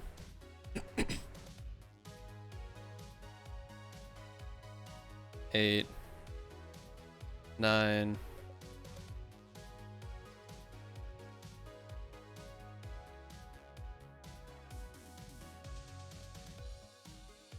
'Kay, so we only have 9 cards to care about reanimator effects. Not that it's like I guess we're more about ending the turn abuse than anything else, because there's a lot of stuff that ends up abusing that we already have. But I'd say reanimator is kind of a larger component of the deck. I wish we had a bit more, but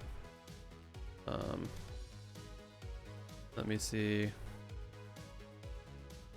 End of turn.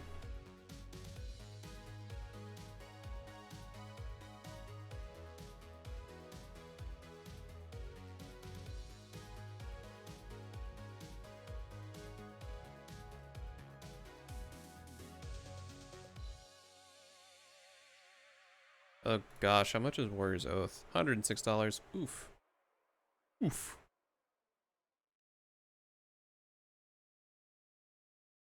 We're gonna need to go to like page...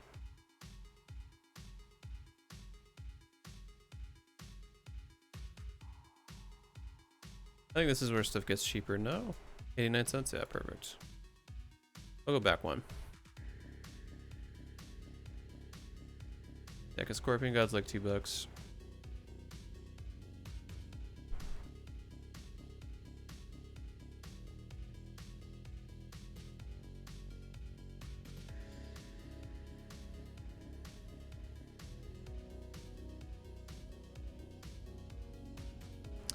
Past in Flames could be pretty nice for us. I actually quite like that. Past in Flames. Past. What? Okay, thank you. I was like, I know I spelled that right. So everyone knows my spelling can be atrocious, but pretty sure I didn't mess that one up.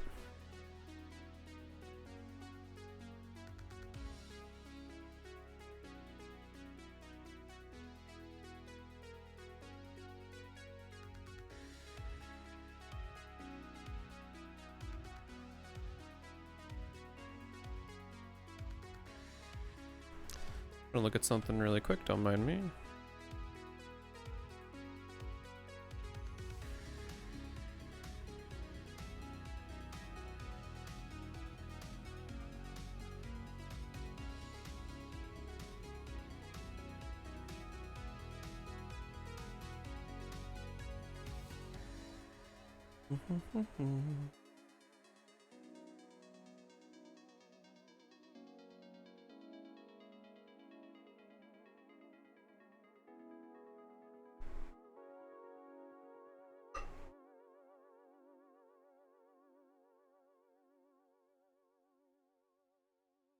Okay, is there anything about losing the game? Because we can also have this affect ETBs.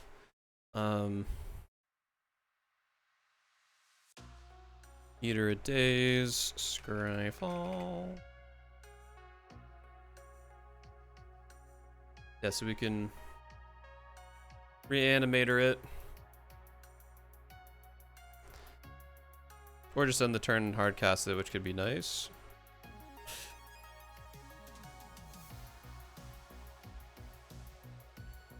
Eater of Days will definitely go in there.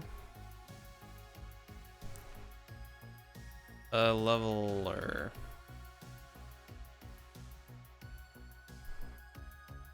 Yeah, Leveler could be pretty nice too. Don't know if I'm gonna keep him in, but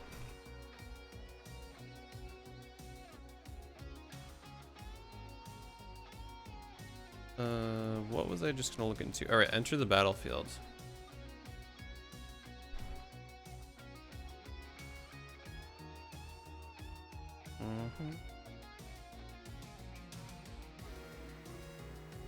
But I want negative enter the battlefield effects.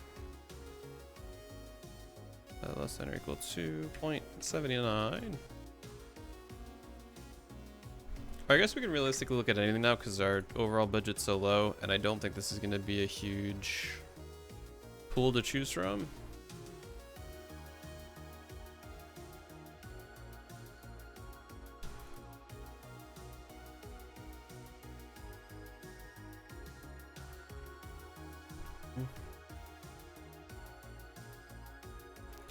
I'm gonna do EDH rec, but we're gonna go the opposite direction.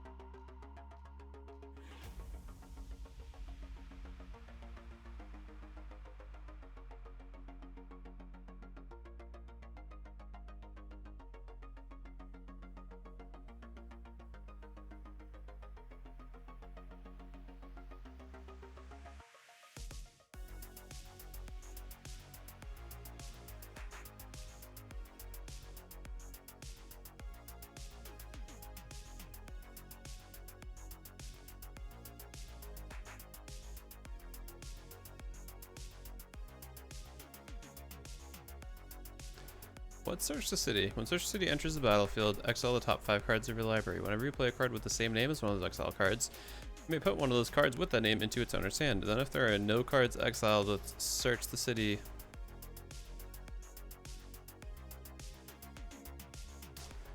Can you break this to get an extra turn?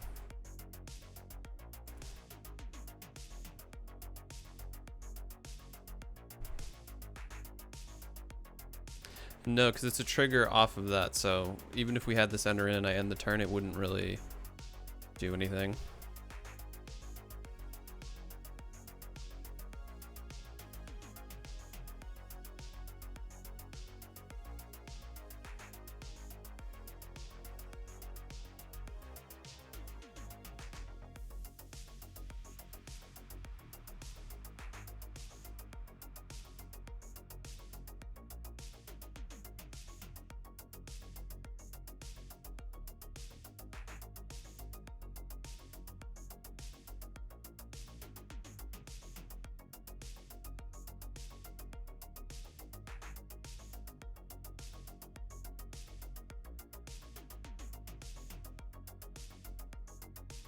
So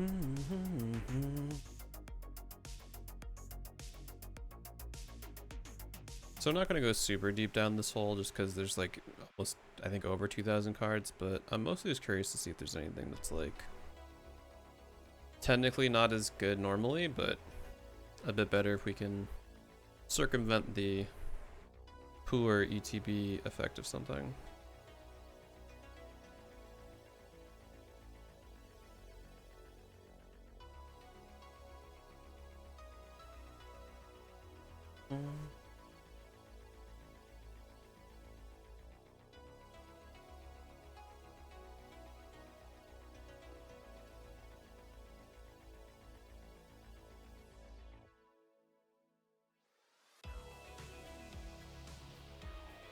Yeah, we'll probably just go up to like 300 or so.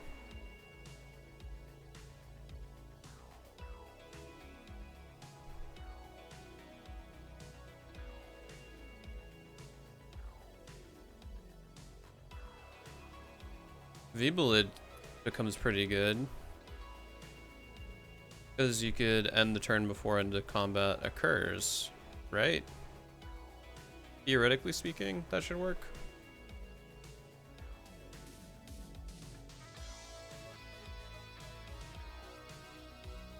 I don't know if that's good enough to really put in though.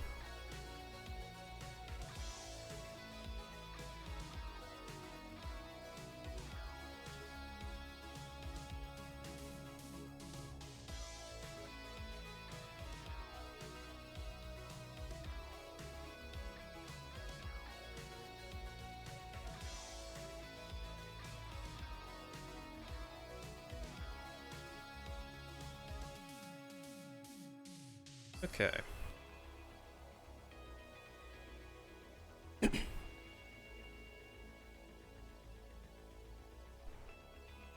When Petrodon comes into play, remove 2 target lands from the game. When Petrodon leaves play, return the move cards.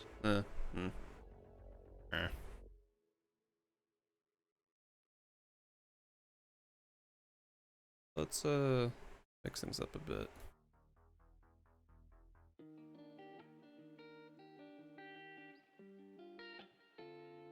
As always, shout out to Streambeats for providing us actual safe DMC for music to use. Very cool.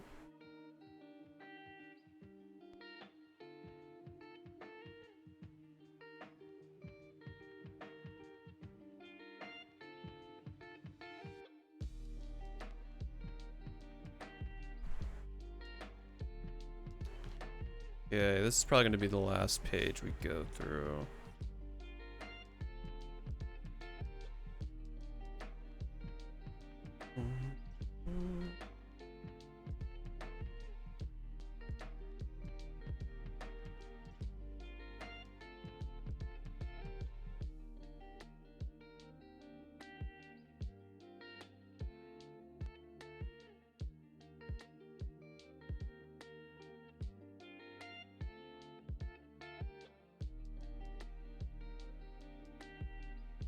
Any Nars comes into play, target player discards a card at random.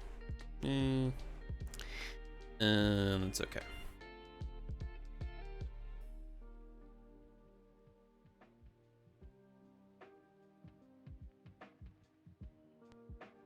Okay. So that's gonna be it for that. Did I go through? Wait, what's? Enter. Oh, okay, this is just most expensive. Got it.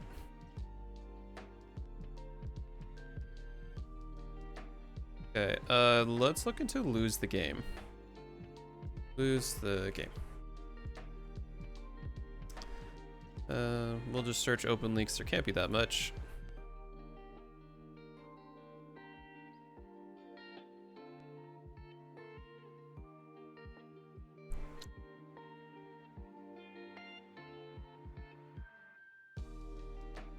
Page would be cool to put in here, but I think that's like $4. We could maybe do it, but I don't know. That's a lot of black for a 3-color deck.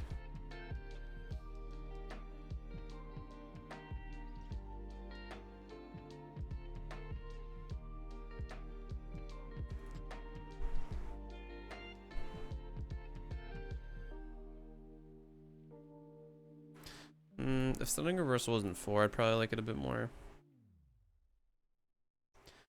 What is Amulets of Quos? Oh, it's banned, okay.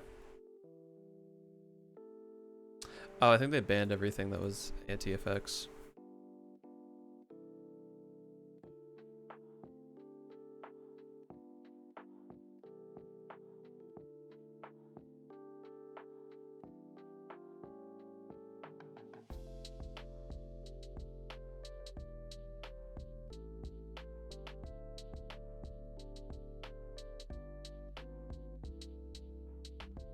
Okay, nothing too good there. Let's see, extra turn.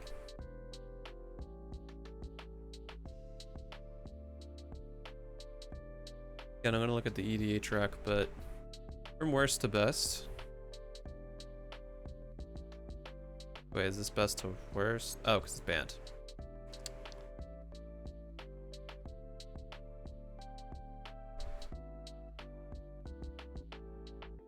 Wormfang Manta enters the battlefield, skip your turn. When Wormfang Manta leaves the battlefield, you take an extra turn after this one. That could be a spicy reanimator target if we wanted to have stuff not die.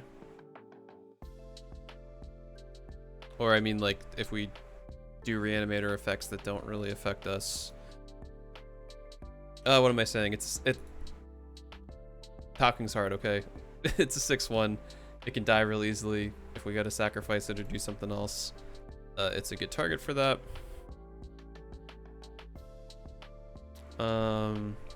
So I like it.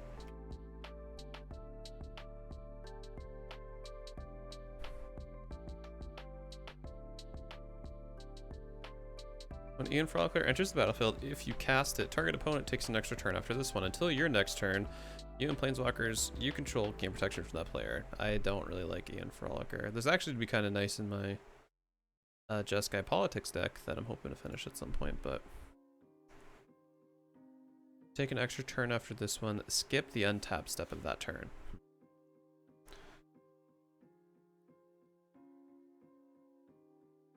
Roll Extortion.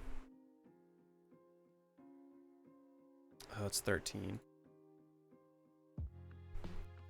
Too expensive.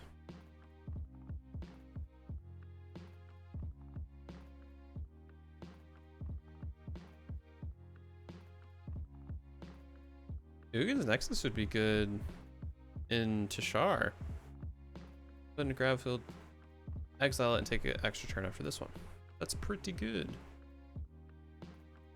Stitch in Time. How is this only $3? That seems like sure, it's a coin flip, but if you win, you get an extra turn. I mean, even granted, this obviously because it's not consistent, but still.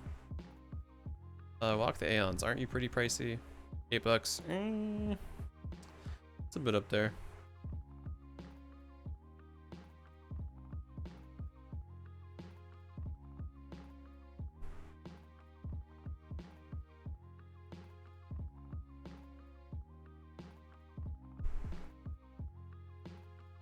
Well, Trespass is pretty decent, right? Yeah, especially because we're in a reanimator deck, this could turn into a 3 CMC extra turn spell pretty easily. Kind of like that.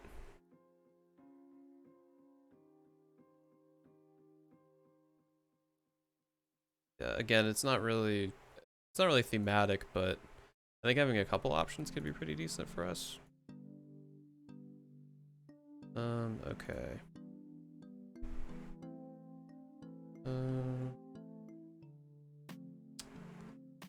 Yeah, I don't really know if we're gonna really want untapped stuff. I guess haste would be more important. Because when we cast Obeka, it's gonna have summoning sickness, which is what we don't want. What are we at now? 45. Alright, we're getting a little further up there, but not too bad.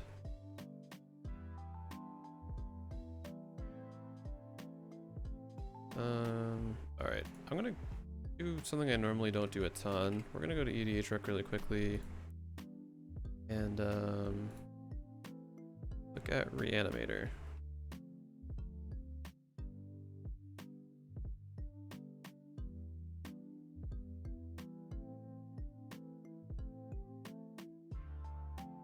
Oh, interesting. People are already... Obeka is only 99 cents. That feels really cheap. Oh, of course, Feed the Swarm we want.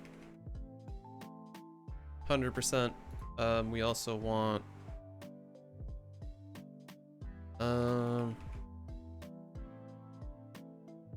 Chaos Warp.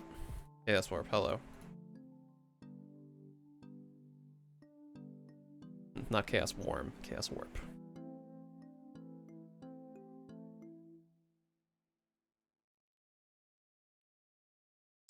Faithless Looting's kind of nice.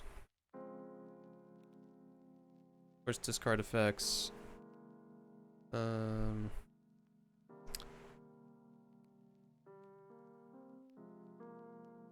Skyroot is pretty good. For a creature, anyway. Reanimate's too expensive. Did we put Victimize in already?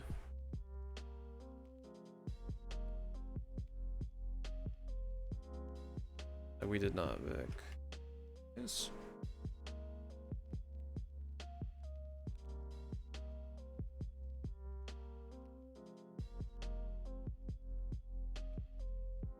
Buried Alive would actually be really good too. Again, it's a little expensive, but I don't think super out of the realm of possibility. Frantic Search.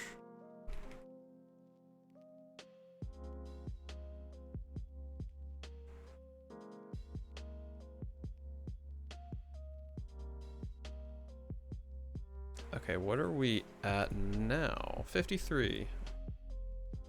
Okay, we still don't have a ton of wiggle room, but that's okay.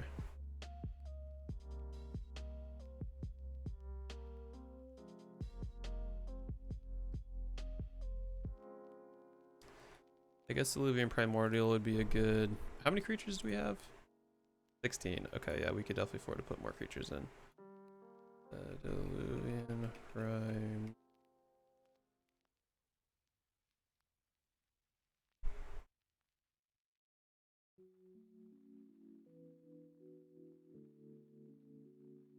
Sepulchral Primordial also could actually be pretty good.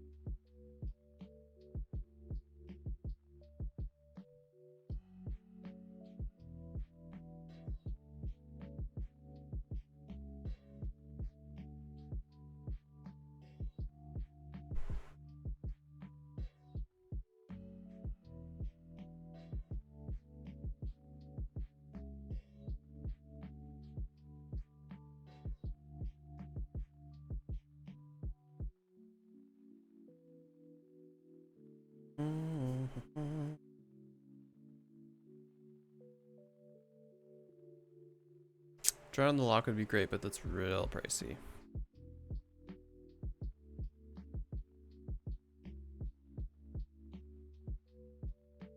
Draw cards equal to the number of cards in your hand, then discard a card for each card you've drawn this way. It has basic land cycling too.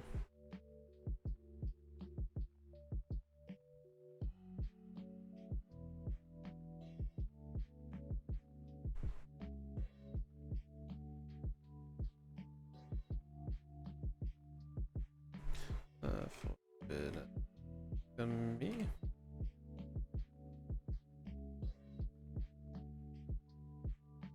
How many cards are we at now? 90. Alright, good. We got 10 more. Yeah, send out of the infinite. Definitely would have to put in here. We'll look at the rest of those later.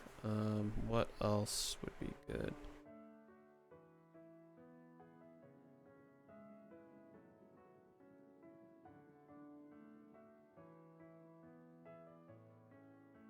Final parting could be pretty good.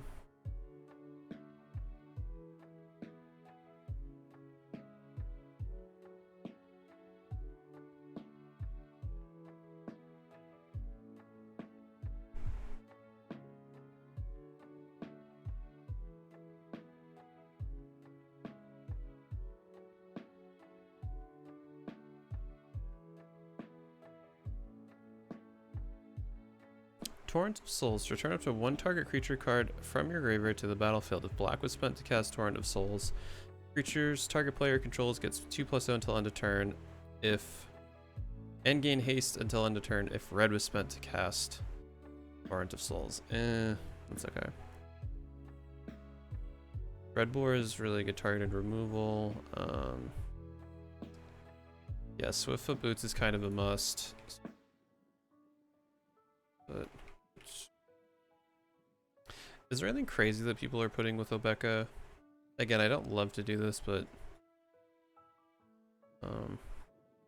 I wouldn't mind getting like one or two little ideas as to how people are building this. Yeah, new card. Eternal Witness. Hello? Yeah, Sundial is obviously going in just because that makes sense. For backup. Why are people just throwing cards in and seeing what sticks? Because none of these are legal in Obeka. That's for darn tootin' sure. I guess Kess could be okay to throw in. Yeah, there's nothing really here for reanimator type shenanigans. Lots of value. Or people that have just thrown a bunch of cards in with Obeka and don't really know what to do.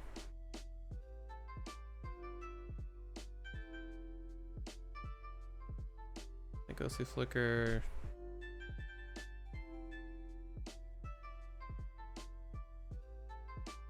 Careful Study. Draw 2 cards, then discard 2 cards from your hand. That's pretty okay. Careful Study.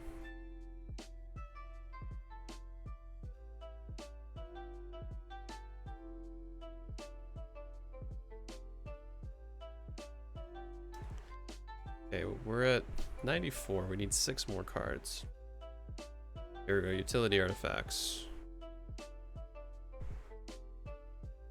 Yeah, Gem of Becoming is definitely gonna have to make it in. Becoming.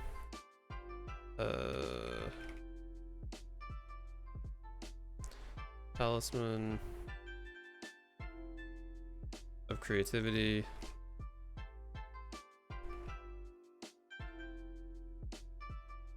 Talisman of Dominance is going to be way too expensive. They really need to reprint the rest of those and have Lindsay do the artwork because, good God, she did an incredible job. No disrespect to Mike Durenberg, but the new talismans just look so good.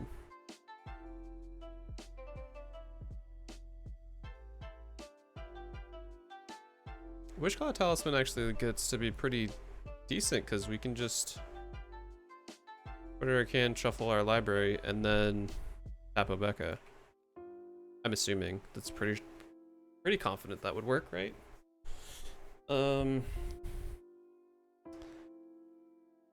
Sigil.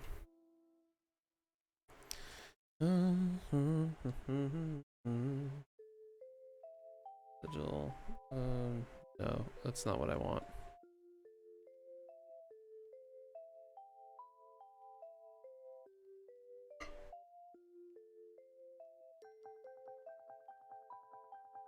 Oh no, I want to put more things in the graveyard. Discard.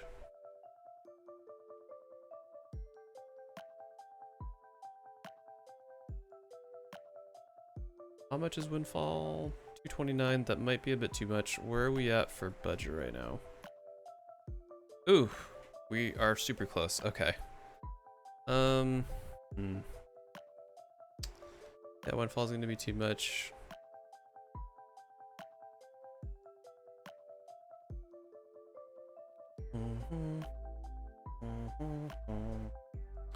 Tormenting Voice would be another good one to put in too.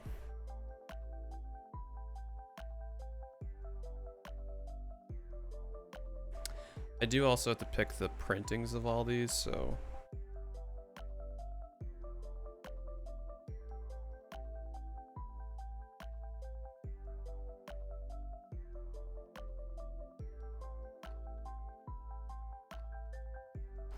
Whispering Madness. Each player discards his or her hand, then draws cards equal to the greatest number of cards a player discarded this way. This seems okay. Ooh, Dark Deal could be a decent way to get some stuff in the graveyard.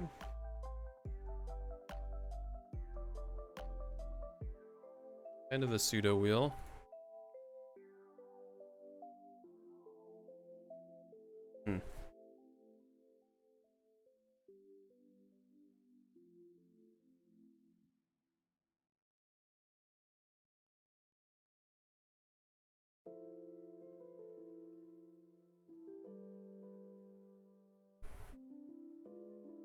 Okay, let's look what I have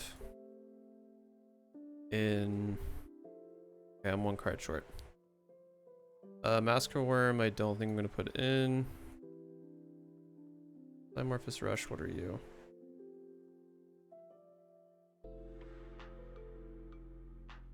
Oh yeah, that doesn't work the way I think it would. Arctic Miner, what do you do? Oh yeah, I just thought that was kind of interesting. About Accomplice, we don't have any Planeswalkers. Stone Shaker Shaman. What do you do? The end of each player's turn, that player sacrifices untapped land. Oh yeah, this one seemed kind of spicy. Didn't I already put this in though? Maybe not. And then last but not least, Citadel of Pain, which I think ended up being a bit too expensive. Yeah, it's like $4. Okay, let's clean up. Okay, we are 1 cent away.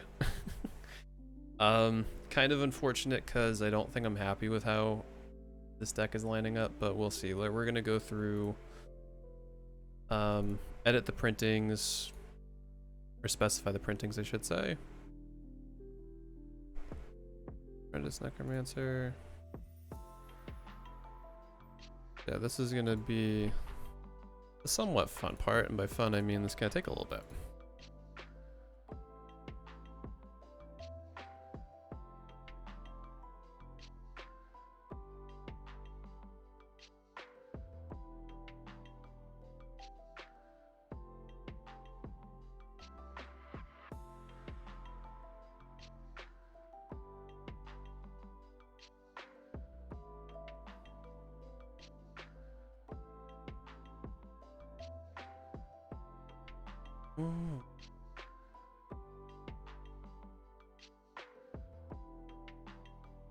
Yeah, we can just remove these two. Yeah, and the other reason I'm kind of not super happy that we hit our cap already is because we have not put any lands in.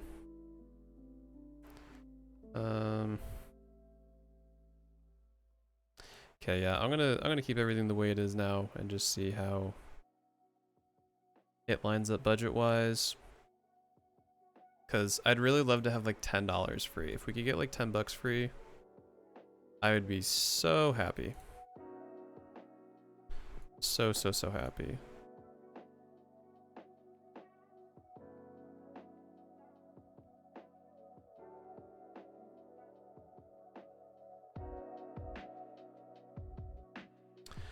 Oh, wait, it's the beginning of each end step. Each player discards his or her hand. Well, actually, I guess because we're a reanimator, that doesn't hurt as badly. So I still might keep it.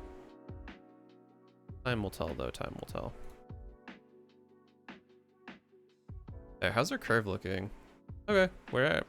That's not too bad. I mean, we're real heavy into 3s, but since Obecca's on 4, that's not the end of the world. Bear of the Heavens. Sandal Infinite's $3. Not fair, the Mystery Edition foils got way cheaper. 214. Yeah, 214 is the floor.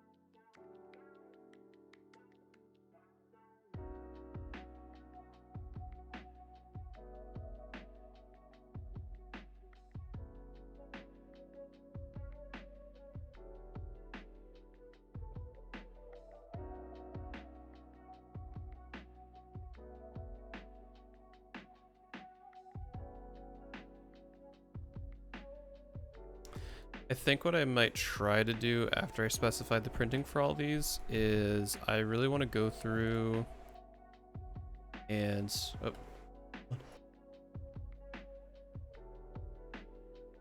that was close. Yeah, what I want to try to do is I want to go through and look at the top 10 or so most expensive cards and really see how much value they give us. Because if it's not that much, we're just going to totally sub them out for some cheaper things.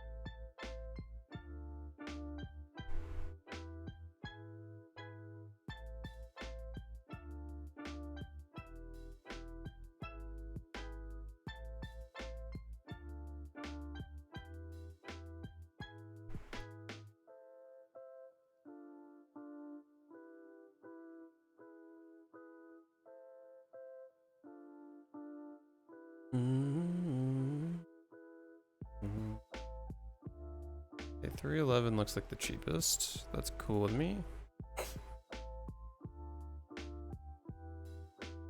I wish there was a way to have this so like you could set a filter saying like pick cheapest version that isn't 0 of a printing of a card.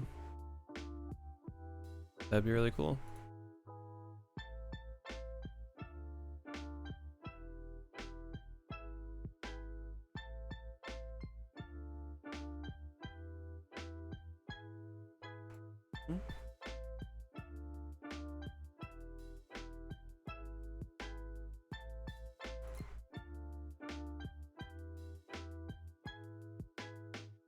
No, I don't want to open. I want to pick. Specify the printing.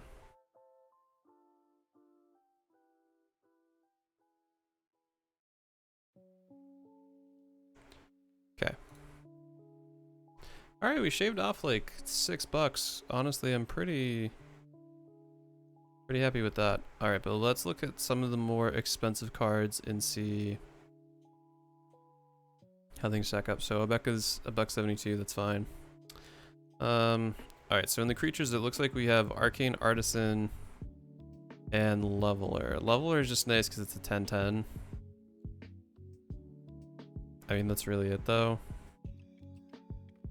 For 252, is there something better that we could put in that would help the deck out more? That I don't know. How much is like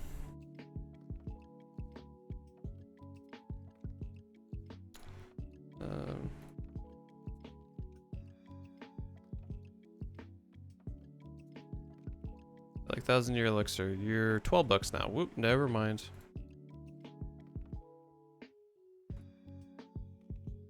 What if we just did haste?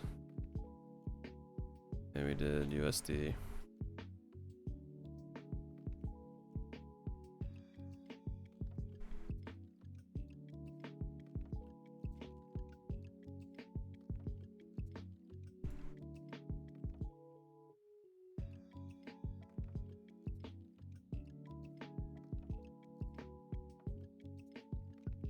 Oh, well, if you can tell me my search has an unclosed parentheses, why can't you just fix it? Riddle me that. Okay. How much are you? 329, okay. Because if I could replace that with a haste enabler, I'd probably like it a bit more. Or something I could like cheat out relatively easily and also have it have haste. You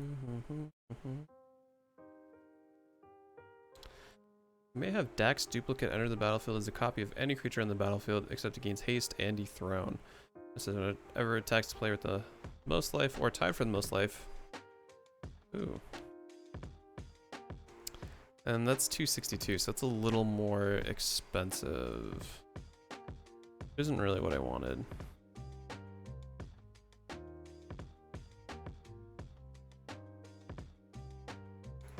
I guess would Fervor be a better choice? It's a little bit cheaper, but it does give everything we have haste, which is really helpful for Obeka, especially if we have something combo-tastic lined up. So I think I'll do that. We'll get rid of Leveler for Fervor.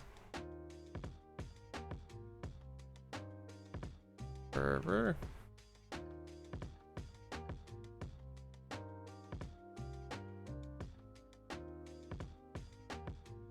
117, perfect. Wait.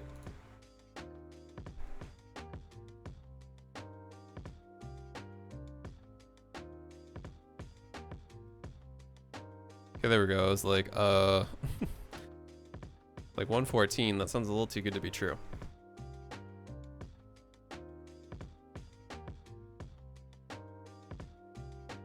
Okay. So next we have Arcane Artisan, which makes tokens. So let's do a search for something that cares about exiling tokens. Exile token. But I want to do it so it's in our colors. Legal and commander, and then let's see. How much is... Okay, I want to see stuff that's equal to or less than $2.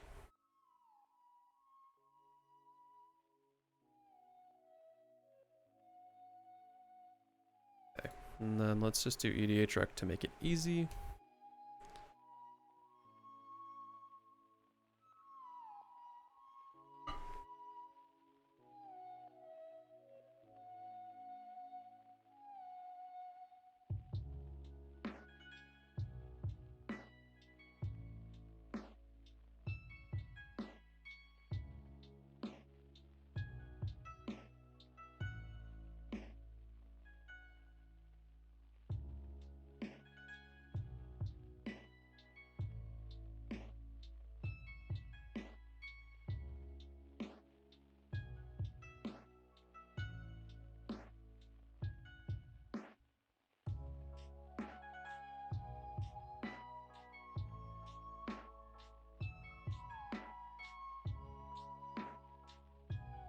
Mirror Mockery. Whenever enchanted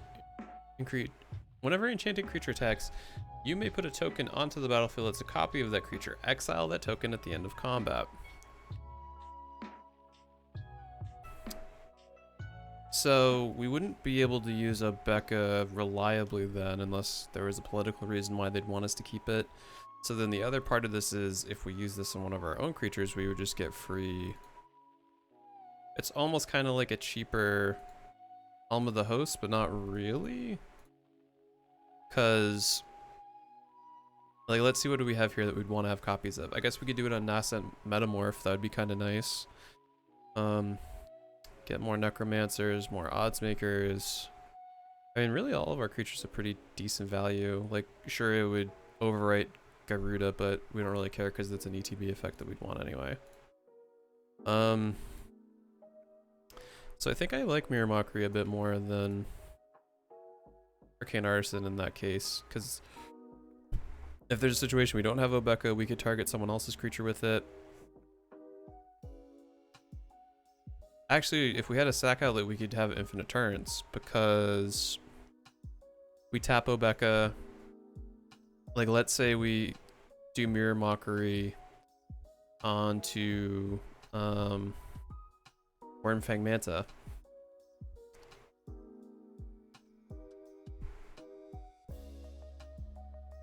So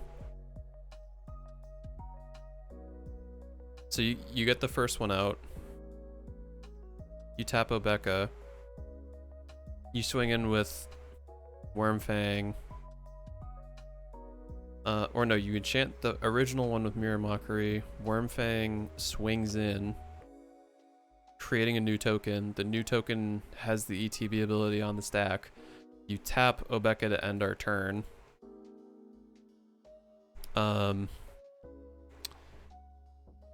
No, you'd have to sacrifice it somehow.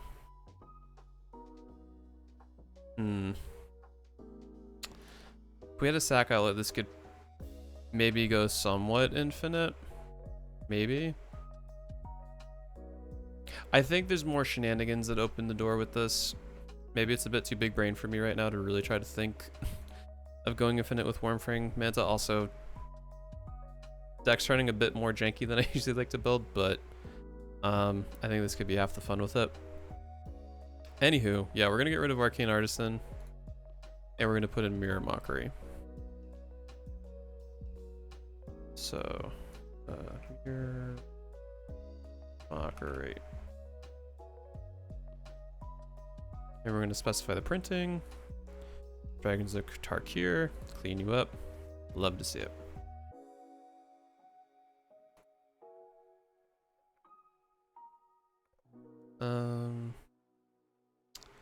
Yeah, Anger would have been another decent one, I think, but that's okay. It's fine. Okay, so I'm pretty happy with how much cost-wise we reduced everything in here. Let's go to artifacts. We're at 60 bucks exactly, which that's pretty decent for some extra lands, I would say. Still at 100, right? I didn't mess up the math? No, perfect. Okay. So now let's see. So Fervor is one of the more expensive. Endless Whispers.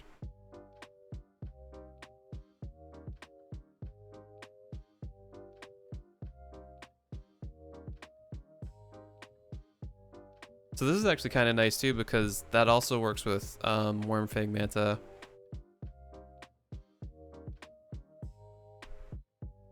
Because it comes in, they skip their next turn. But when ours dies, we get an extra turn. I'm sure there's some way that you could do a loop. I want like one sack outlet, I believe.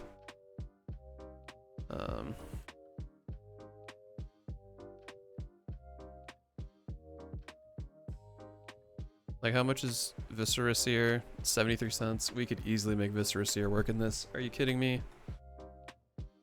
Because I feel like there's some sort of loop that could happen with Wormfang Manta and also Endless Whispers, potentially. Again, not really thinking it's going to be a huge benefit for us, but if we do put in Viscera Seer, what would we get rid of? I'd probably get rid of a land, just because it's so cheap. So we go down to 37. I would do this, Viscera Seer.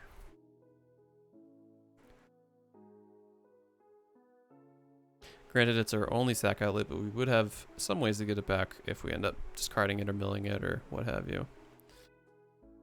Okay, do we need the extra turn spells? I kind of want to get rid of them. Like to put in Soul Ring and stuff.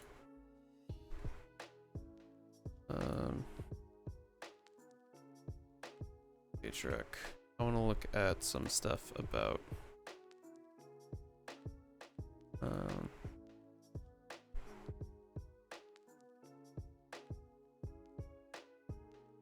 hello? Thank you. Grixis mana staples. What am I missing out on? Okay, yeah, I feel like I need Demir Signet. I feel like I need Izzet Signet. Command Tower, definitely. We can go down to 36, put in Command Tower. And then we can get rid of the extra turn spells. So let's get rid of Stitch in Time for Demir Signet. And let's specify printing for you that's super cheap. And then same thing with Temporal Trespass, we will do Is It. And we will specify printing for you also to be very cheap. Not the sexiest upgrades for the deck, obviously, but it's going to be things that make us a lot more consistent, free up more money to get a better consistent land base, which I think will end up being a huge help. So what's something expensive that we could put Rakdos Signet in? Let's see. 46 is the winner.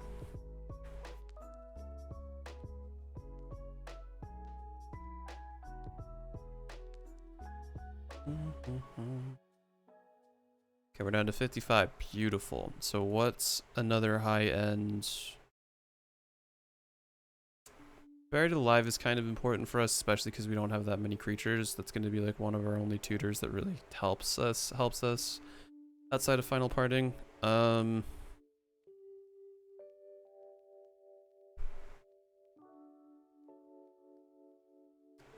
Feed the Swarm.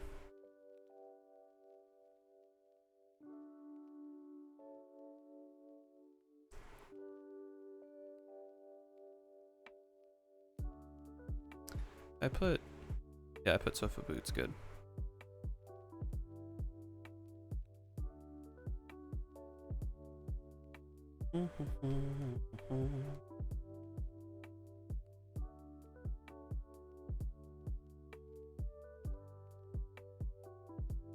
Glorious End. I'd say the only thing that's a real big downside of this build, at least as its current iteration, is we have 0 board wipes. Not that we necessarily would need board wipes, because it would kind of hurt us a bit more, but I don't know. I always feel weird not including board wipes into builds like this. But let's see. Anything else?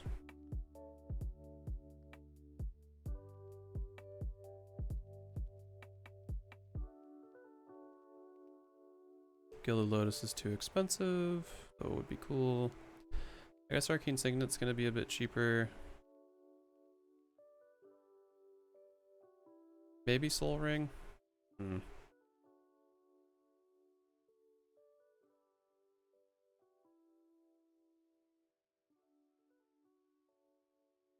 Signet. Oh, we want Rakdos Signet. So what are we taking out for Rakdos Signet? That's the real question here. Buried Alive, we're not gonna get rid of. Raffle Study's okay. Chaos Warp is one of our only 2 pieces of targeted removal.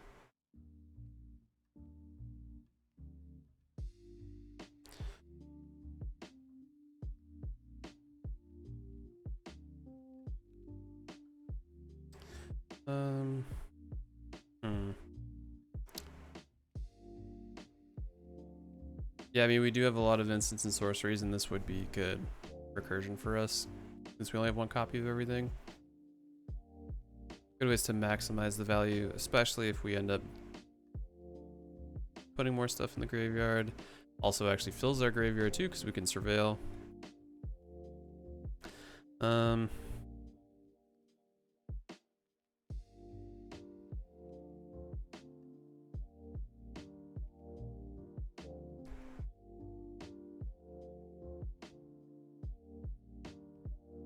I feel like with Flame Shadow Conjuring, I don't need... Because Mirror March is cool, but it's all a coin flip.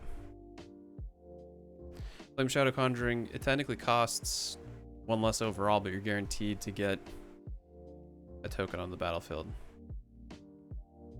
So I think I'm going to get rid of Mirror March. Mostly because I think that card's just kind of a really big trap, personally speaking. Rakdos Signet. I think this one was really printed recently. Okay, perfect.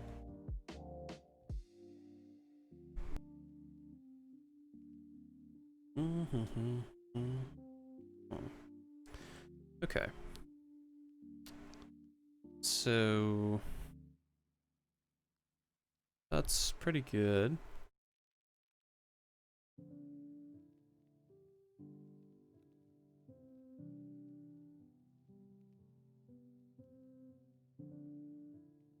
Making sure there's nothing too crazy we want to put here. Okay.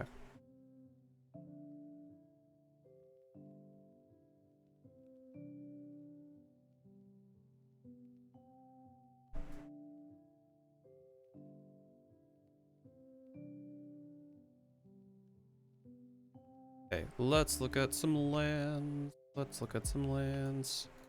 So we have exactly 14-ish dollars to work with. So what I'm gonna do is we're gonna go here, we're gonna go boop boop boop. We're gonna look at lands.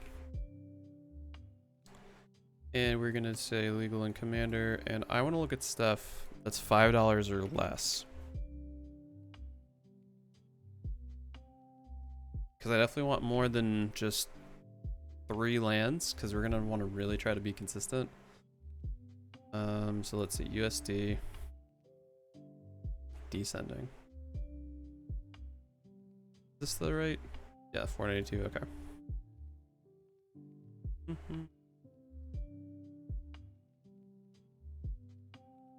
I mean, Cascading Cataracts is always decent for filtering and fixing, but I don't think it's worth it really.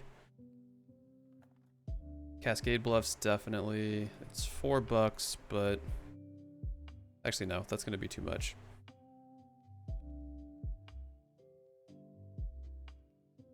Painted Peak.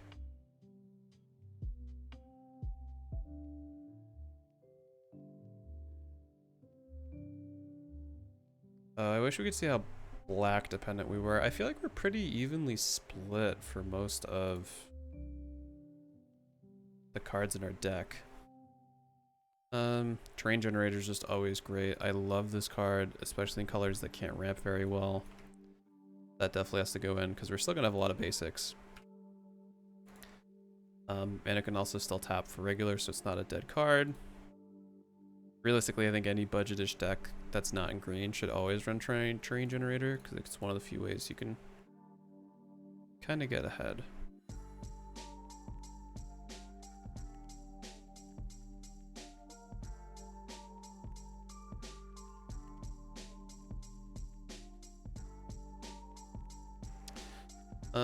Oh, crypto, it comes in tapped though. Never mind.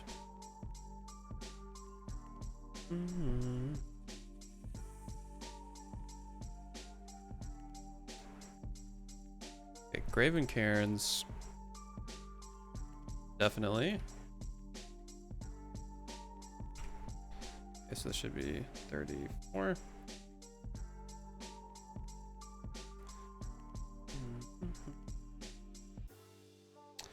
The treasure map could be decent.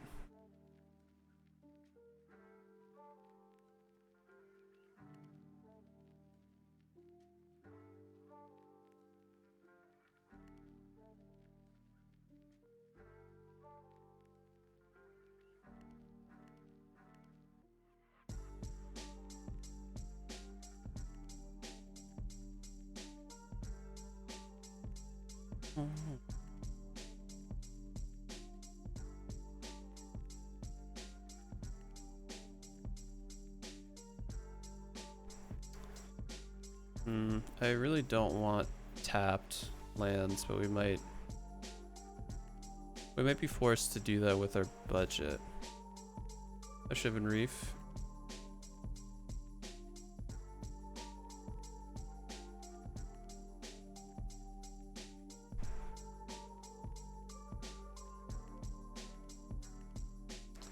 Grixis Panorama, definitely.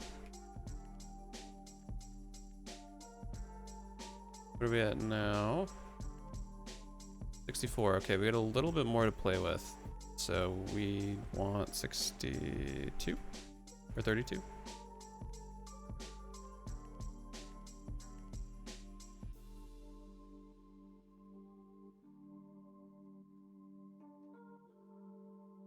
I mean, would you put all the panorama lands in to help fix us? It just sucks you get to pay for them.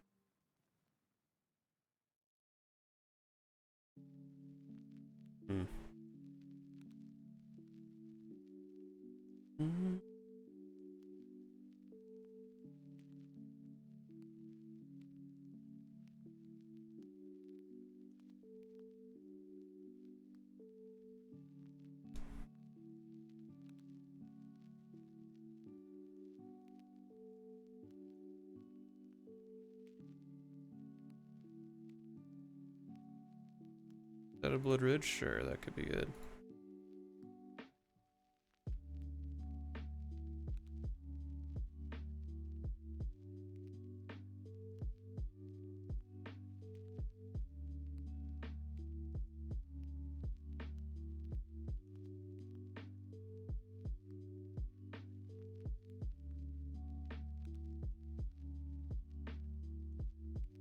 Darkwater Catacombs.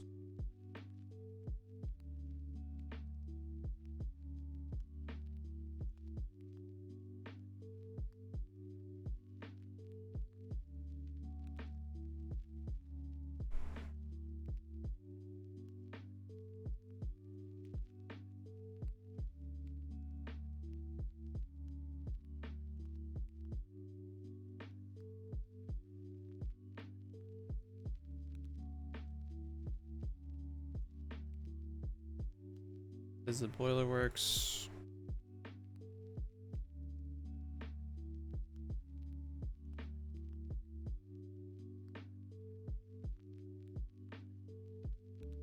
Hey, we're still looking pretty good. Thank goodness they reprinted these lands. That's all I have to say. Okay.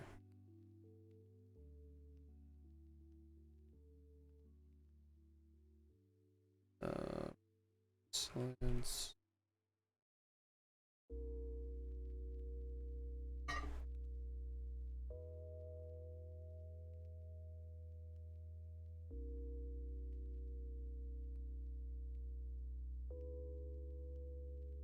Rectos Carnarium, I don't think I have.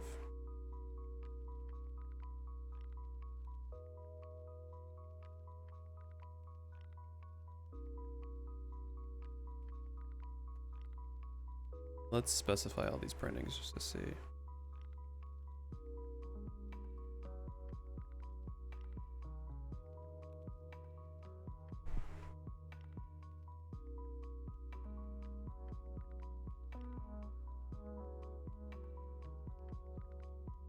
Nineteen, 17 now, sure. Aqueducts. Oh no, Scryfall's having a time. Come on now. Okay, 16 is definitely the cheapest. Darkwater Catacombs.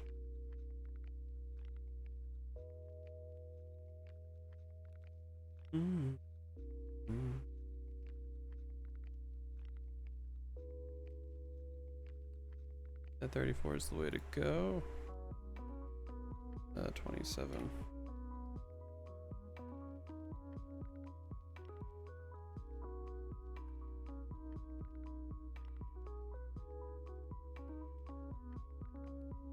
$34, that's definitely still the cheapest.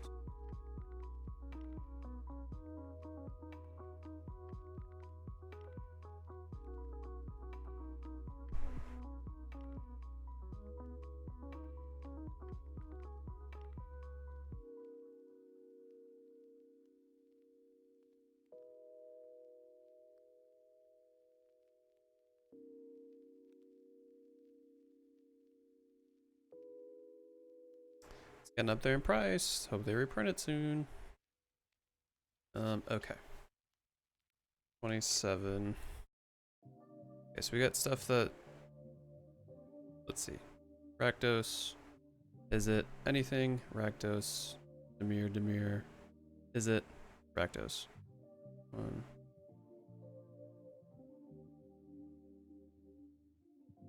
Okay.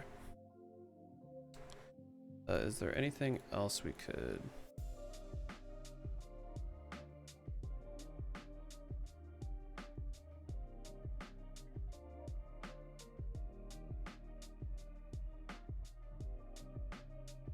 Let's see, what was the Is It one called? Cascade Bluffs. I think we could put Cascade Bluffs in and be in pretty good shape.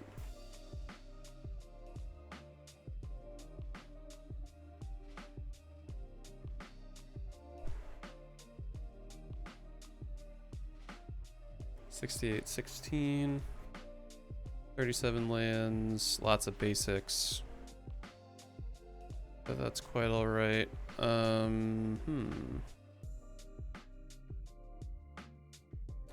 We fit one more. I feel like we could fit one more in there. What's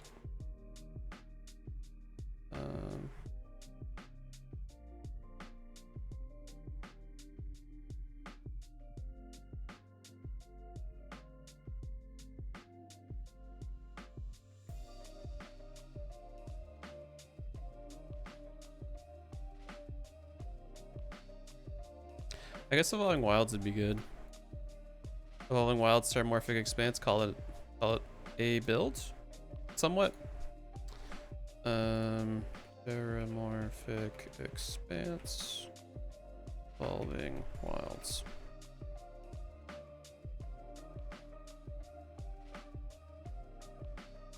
Okay, 29 cents, 28 cents, 25. Do we go lower? Okay, 25 cents seems to be the lowest. Then Evolving Wilds, what do we got for you? 11 cents, 9 cents. 9 cents is currently the bottom. Alright, we'll do Commander 2014 second. Heck it, alright.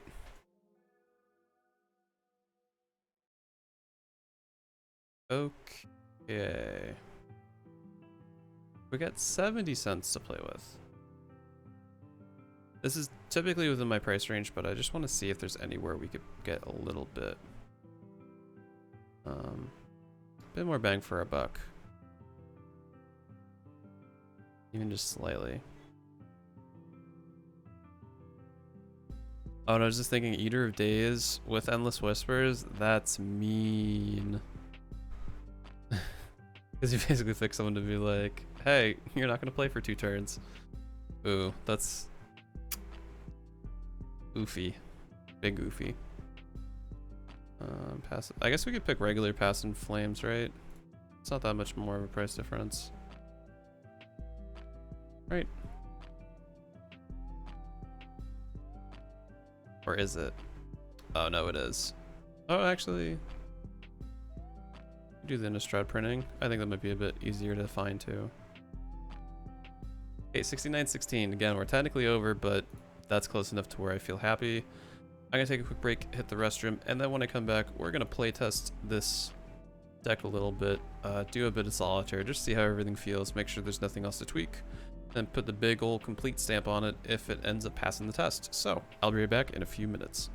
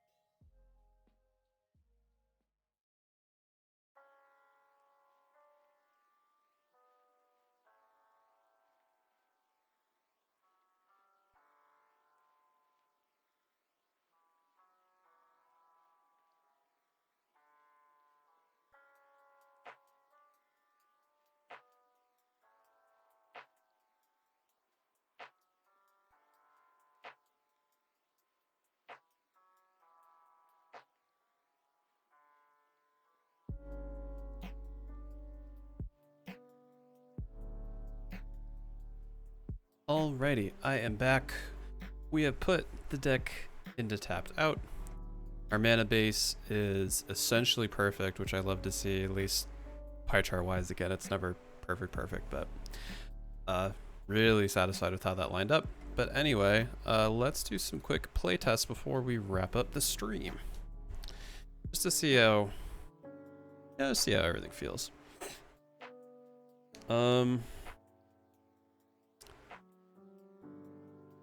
So I don't love the starting hand too much, but I'm not going to really question too many of these, just to try to like get a good feeling of how this is going to play. Long story short, I'm keeping this hand. So we'll go swamp next turn. 2 swamps. We will tap 2 of them to bring out Arachto's Signet. Next turn, turn 3. We are all swamped out. We're going to save Desolation for Obeka to come out. And again, like always, this is kind of a solitaire, mostly to see how things feel. This isn't going to ever be a great showcase on how the deck can actually play, because we're not in a real game. But it at least gives me a comfortable enough idea to see if things are feeling right, which is usually an indication that this should play pretty well, at least for its budget and everything else.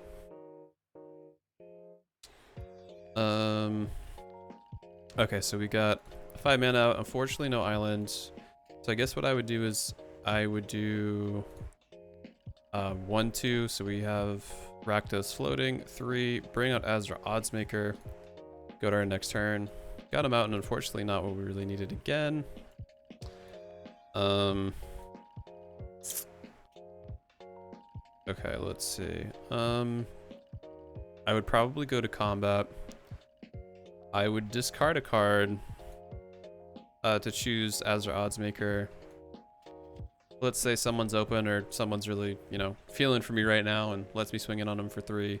We draw 2 cards. Yeah, unfortunately we'd have to end that turn. So we're at turn 5, currently behind where we'd want to put out Obeka. But at least we get an Evolving Wilds. We can crack that, look for an island, put it onto the battlefield tapped.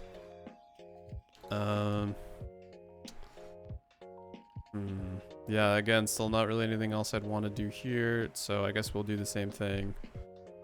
We'll discard a card, we'll swing in, we'll get rid of Diluvian Primordial. But we'll say we swung in and no one would let us get combat damage this time, because they're not that friendly. Turn 6. Alright, now we might actually be able to get something happening here. So... Oop. Okay.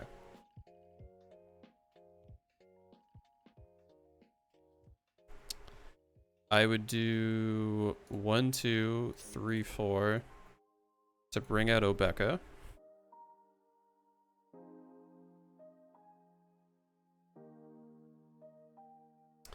The only thing I'm thinking of as of right now, we don't have any counter spells, but I guess technically Obeka is kind of a counter spell in of herself, because if someone were to counter something that we were doing, well, actually, it would get rid of that anyway, so never mind. But I guess functionally, she's kind of can act like a counter spell. Okay, we do have 3 mana up.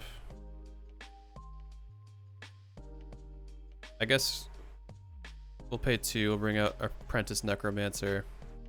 Go to turn 7. And again, if you're newer here, I usually like to see the deck starting to do what it wants between turn 7 and turn 9. Again, these are cheaper decks. I'm not expecting to get a turn 2 victory with this or anything insane, but I feel like turn 7 to turn 9 is kind of the sweet spot I usually try to swing for, to see if, you know, the deck's doing what it wants to do. So in this case, we want to get either a bunch of creatures reanimated within this 3-turn window, 2-turn window, or have Obeka just doing some kind of gross stuff, like about right now. So I'm gonna actually tap for 1, 2, 3, and we're gonna put out Desolation. And then I'm going to do 1, 2, 3 and cast Forbidden Alchemy, looking at the top 3 cards of our library, the top 4 cards.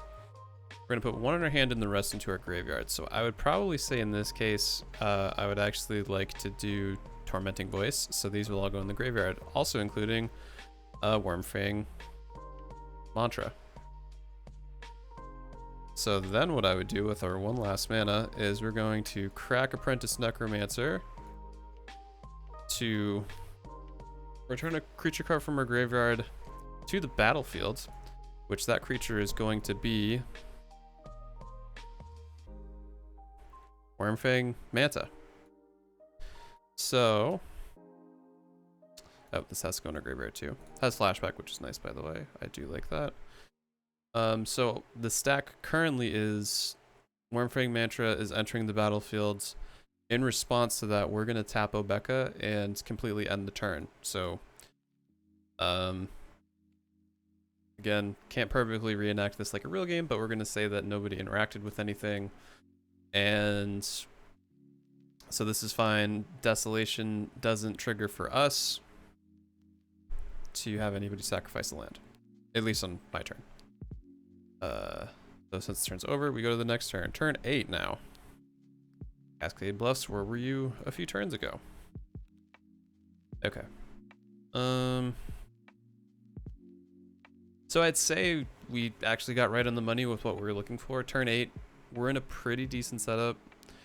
If anybody ever does a board wipe, we're in a really good spot, or any targeted removal, we're in a really good spot.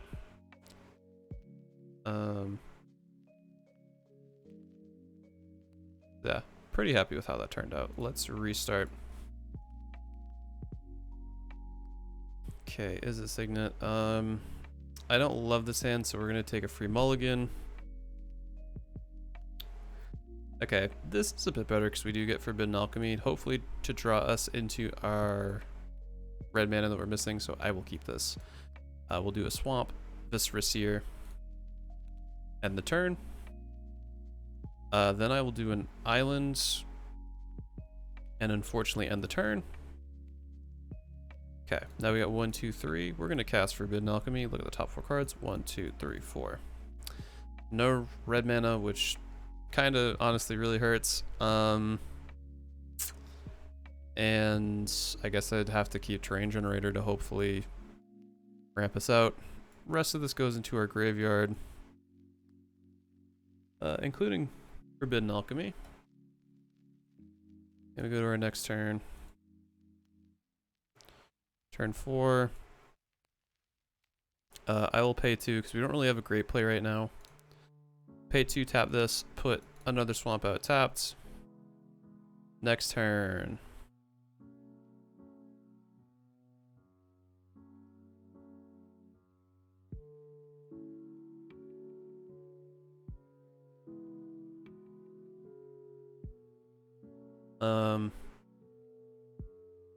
Okay, great. So I'm pretty sure this would work the way I'm thinking, by the way. This is kind of a bit of an aside, but it says at end of turn, if you haven't played the card, return it to its owner's hand. As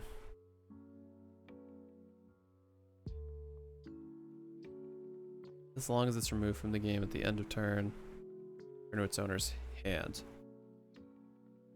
Yeah, so the way it's worded, I'm pretty sure we would be able to keep, if Obeka was out, obviously, we would be able to keep that instant or sorcery exiled.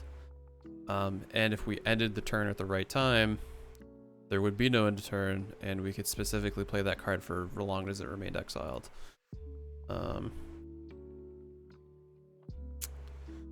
Okay, yeah, still don't really have anything I super want to play right now. Yeah, because we don't have enough blue mana. Next turn. Okay, well, we do have blue mana now. So I'll do 1, 2, 3, 4. Identity Thief.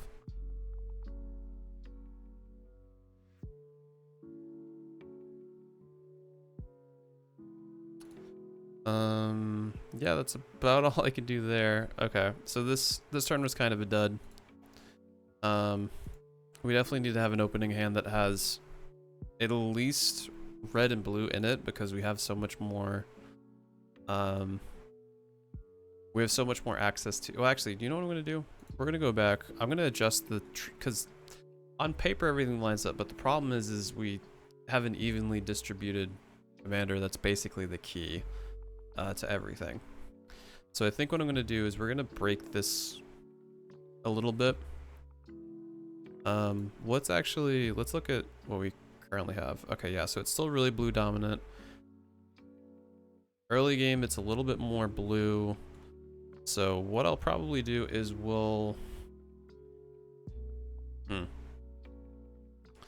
I think I'll probably go from 15 swamps down to 11. So we'll do something like this. We'll do 11 swamps. We'll do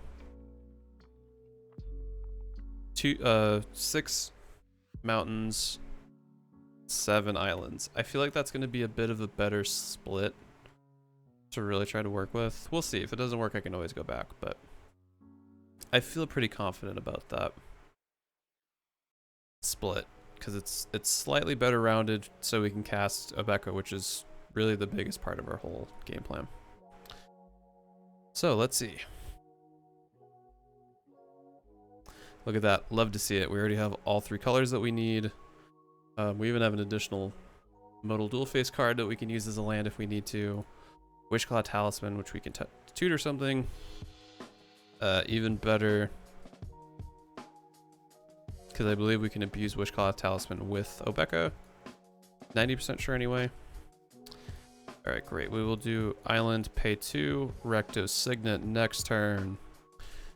Yeah, let's do Mountain. Then we're going to do pay 1, 1, 2, 3, 4. We got a turn 3 Obeka. And that's why this shit's important, to make sure your lands, at least, because obviously on paper, the split was more effective for our whole deck, but where Obeka is really the big queen of the deck that we need to get out, it's really great to have her out more consistently rather than having the consistent lands we need for everything else. Because I think having the split in this way, we're still more black dominant, so it's not going to really be a huge problem, but I digress. So let's see. Alright, I'm going to pay 1 blue. So we have Floating Rakdos for Wishclaw Talisman. Then we're going to pay 1, 2. And we're going to bring out... Is it Signet? And I think that pretty much end our turn. So now we don't have to worry about... we don't really have to worry about summoning Sickness anymore. So I'm pretty sure what I would do, because this has 3 wish counters. 1, 2, 3. Also, I know it's technically not a 3/3. I just do that because I'm lazy. What card would we look for right now? So we have the capability to tap for 4, 6, 7. So we could potentially hit for 7 mana this turn. So what's some bigger stuff that we'd want to get? I guess we could do an early Wormfang if we wanted to really be annoying. We could do Bear of the Heavens to really be threatening. Endless Whispers, we could do Final Parting if we wanted to tutor for more stuff. Aldrin Dance, but we would at this stage, the only thing that's a bit of a negative is we don't really have anything in our graveyard. So honestly, what I would probably tutor for would be Forbidden Alchemy, which is exactly what we'll do. I'm going to remove a 1/1 counter.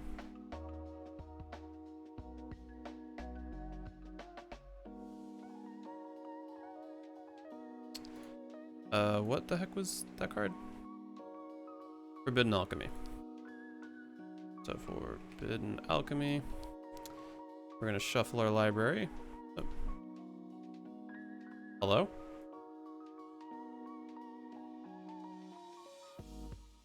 Oh, the shuffle button's over here, duh. Okay. Shuffle our library, and then... Oh, we paid 1 and tapped it, so... now things are resolved is search your library card, put it in your hand, then shuffle your library. So it's... Again, if I'm not a judge or anything, but I'm pretty sure how it would work is... Before it gets to the part of an opponent gaining control of Wishclaw Talisman, we could tap Obeka and have it cancel out that turn. If I'm wrong, please comment or let me know, because I don't want to spread any misinformation, but I'm like 90% sure that's how the interaction would work. But I'm going to play it out as such, and again, if I'm wrong, apologies, but yeah. So we would end the turn. Then during one of our opponent's turns, I would probably do 1, 2, 3. Casting Forbidden Alchemy. I wish you could put one card from any of the cards in your hand, because I'd love to cheat out something with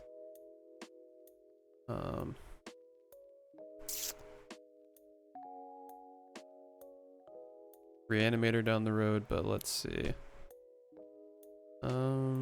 I guess Swift Foot Boots would be the one I would keep, and then these go in the graveyard. Okay, my turn. Okay, we're at turn 6, so this is a pretty good situation for us to be in for turn 6. I would tap for 2, Swift Foot Boots, pay 1, equip it to Obeka, so shoes. Nice and protected. Then I would go through and probably...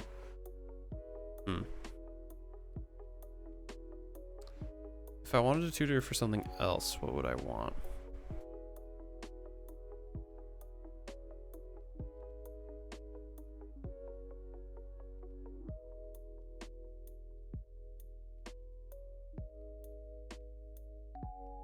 I guess Gyruda I'd probably search for. Okay, so we're gonna remove another counter from this. We'll pay 1 generic to tap it. Oh. We tap it, tap Obeka, turn ends. Now we are sitting at turn 7. So then what I'd probably do is 1, 2, 3, 4.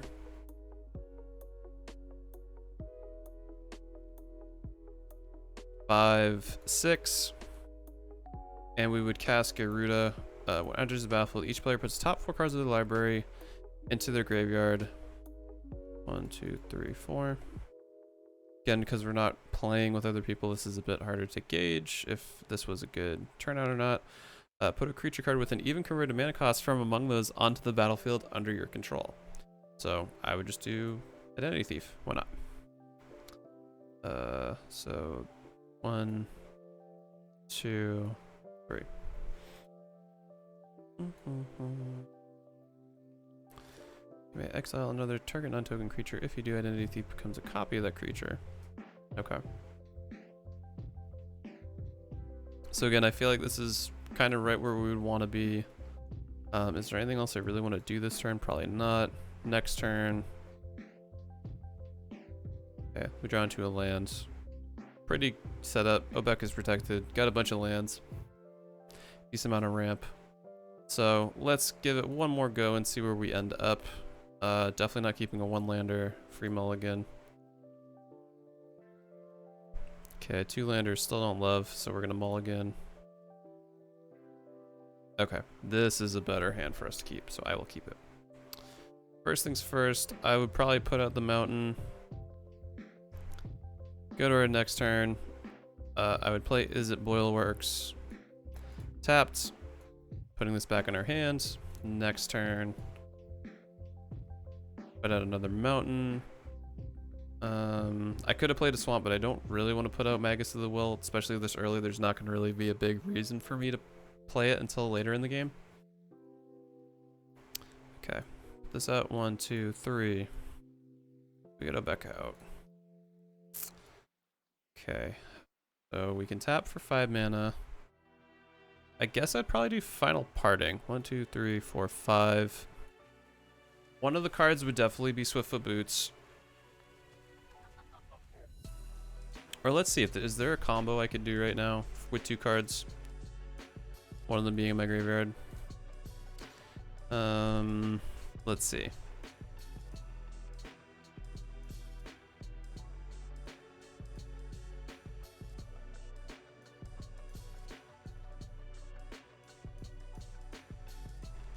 I guess I could do post-mortem lunge.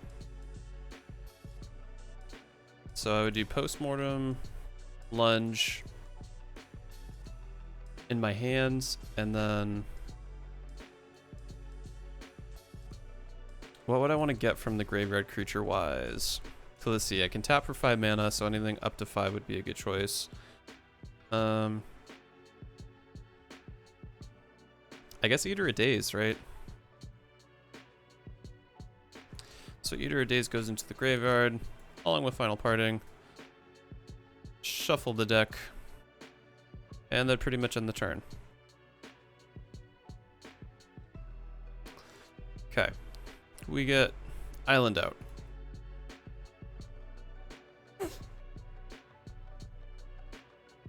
Then I would pay 2 life. And then I'd pay 3. 1, 2, and 3.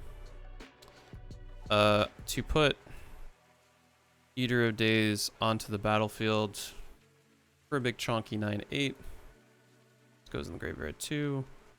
In response to the ETB effect, I would tap to end the turn.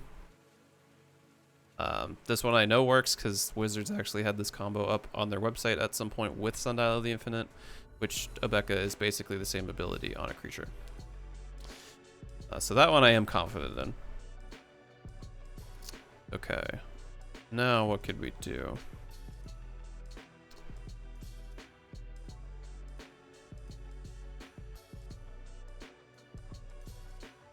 I could go full on meme and just Mirror Mockery the Eater of Days and then have it swing in. I don't think I will though. Yeah, I'd probably just swing in with Eater of Days and...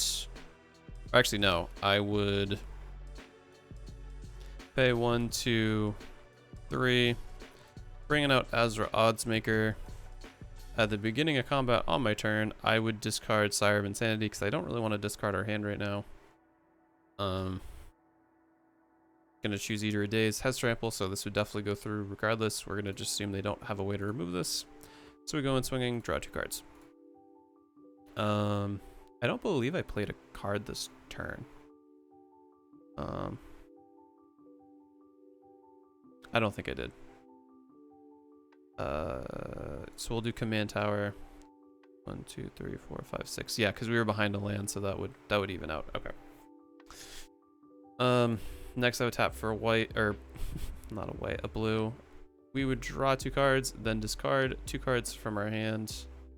I would probably discard a swamp, and then I would probably get rid of no, not Mirror Mockery. I guess Cauldron Dance. Okay. Next turn. 1, 2. Actually. Yeah. Red, black. Lightning Skelemental. The beginning of our turn, I would do Eater of Days again for Azra Oddsmaker. Both swinging in for a chunky 15 damage. Damage would go through. Then I would draw 2 cards. And before the end step begins, I would tap Obeka, ending the turn. Lightning Skelemental now does not have to get sacrificed. And then all of a sudden we just got a bunch of artifact ramp. Holy moly. I guess I would probably just do Talisman, because right now we don't really need these 2. Not that it really hurts, but...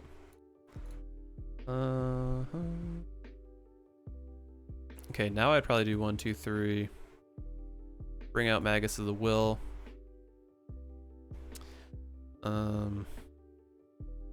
Second verse, same as the first. I would discard that, targeting Eater of Days.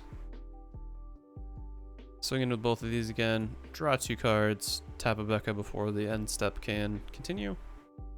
Or before the end step begins, I should say. And then we go back here. Okay. So turn 10. Again, really liking how our board state's looking. Again, it's kind of annoying that we're going to have to tap Obeka at least every time. But as long as she can remain out and unaffected, we're going to be in a pretty good spot. So I think I'm going to say with that, I'm pretty happy with how this build is looking. I didn't really set out to make a Reanimator deck, but I think she's actually a pretty good choice, especially in budget, because there's so many great budget effects that care about Reanimator. You know, cards like Footsteps of the Goro, Gruesome Encore. There's tons of cheap sorceries and instants that really help the strategy of Reanimator that normally are a downside because at end of turn you lose the creature or token or what have you, but because Obeka can bust on through that, it's not really a big issue anymore. So I think for just under 70 bucks, again, I'm gonna go by the price over here. We're slightly over, but close enough. Yeah, I think for 70 bucks, this is a really fun Grixis build. I'm so glad we finally got a new Grixis Legendary after so long. There's tons and tons of really interesting stuff you can do with Obeka, but I'm pretty happy with the Reanimator deck that we carved out. So yeah, I'm gonna call it from here. If you're watching this on YouTube, appreciate it. As always, if I can do things at the same time, if you liked what you saw, you can go ahead and follow me over on my social medias. Boom, those are all over there. Definitely the most active over on Instagram and Twitter, but we also have a little Discord server that's very small, but also growing, and would love to have you there as well. So I hope you enjoyed the deck build. Thanks again so much for watching, and I'll catch you all on the next stream. Tomorrow is the variety day, and I'm gonna just chill out and play some bug snacks. They're bugs, they're snacks. They're bugs that are snacks. So that's gonna be the big plan for tomorrow. Hope everyone has a great rest of their day wherever they are, and I will catch you in the next one. Peace out.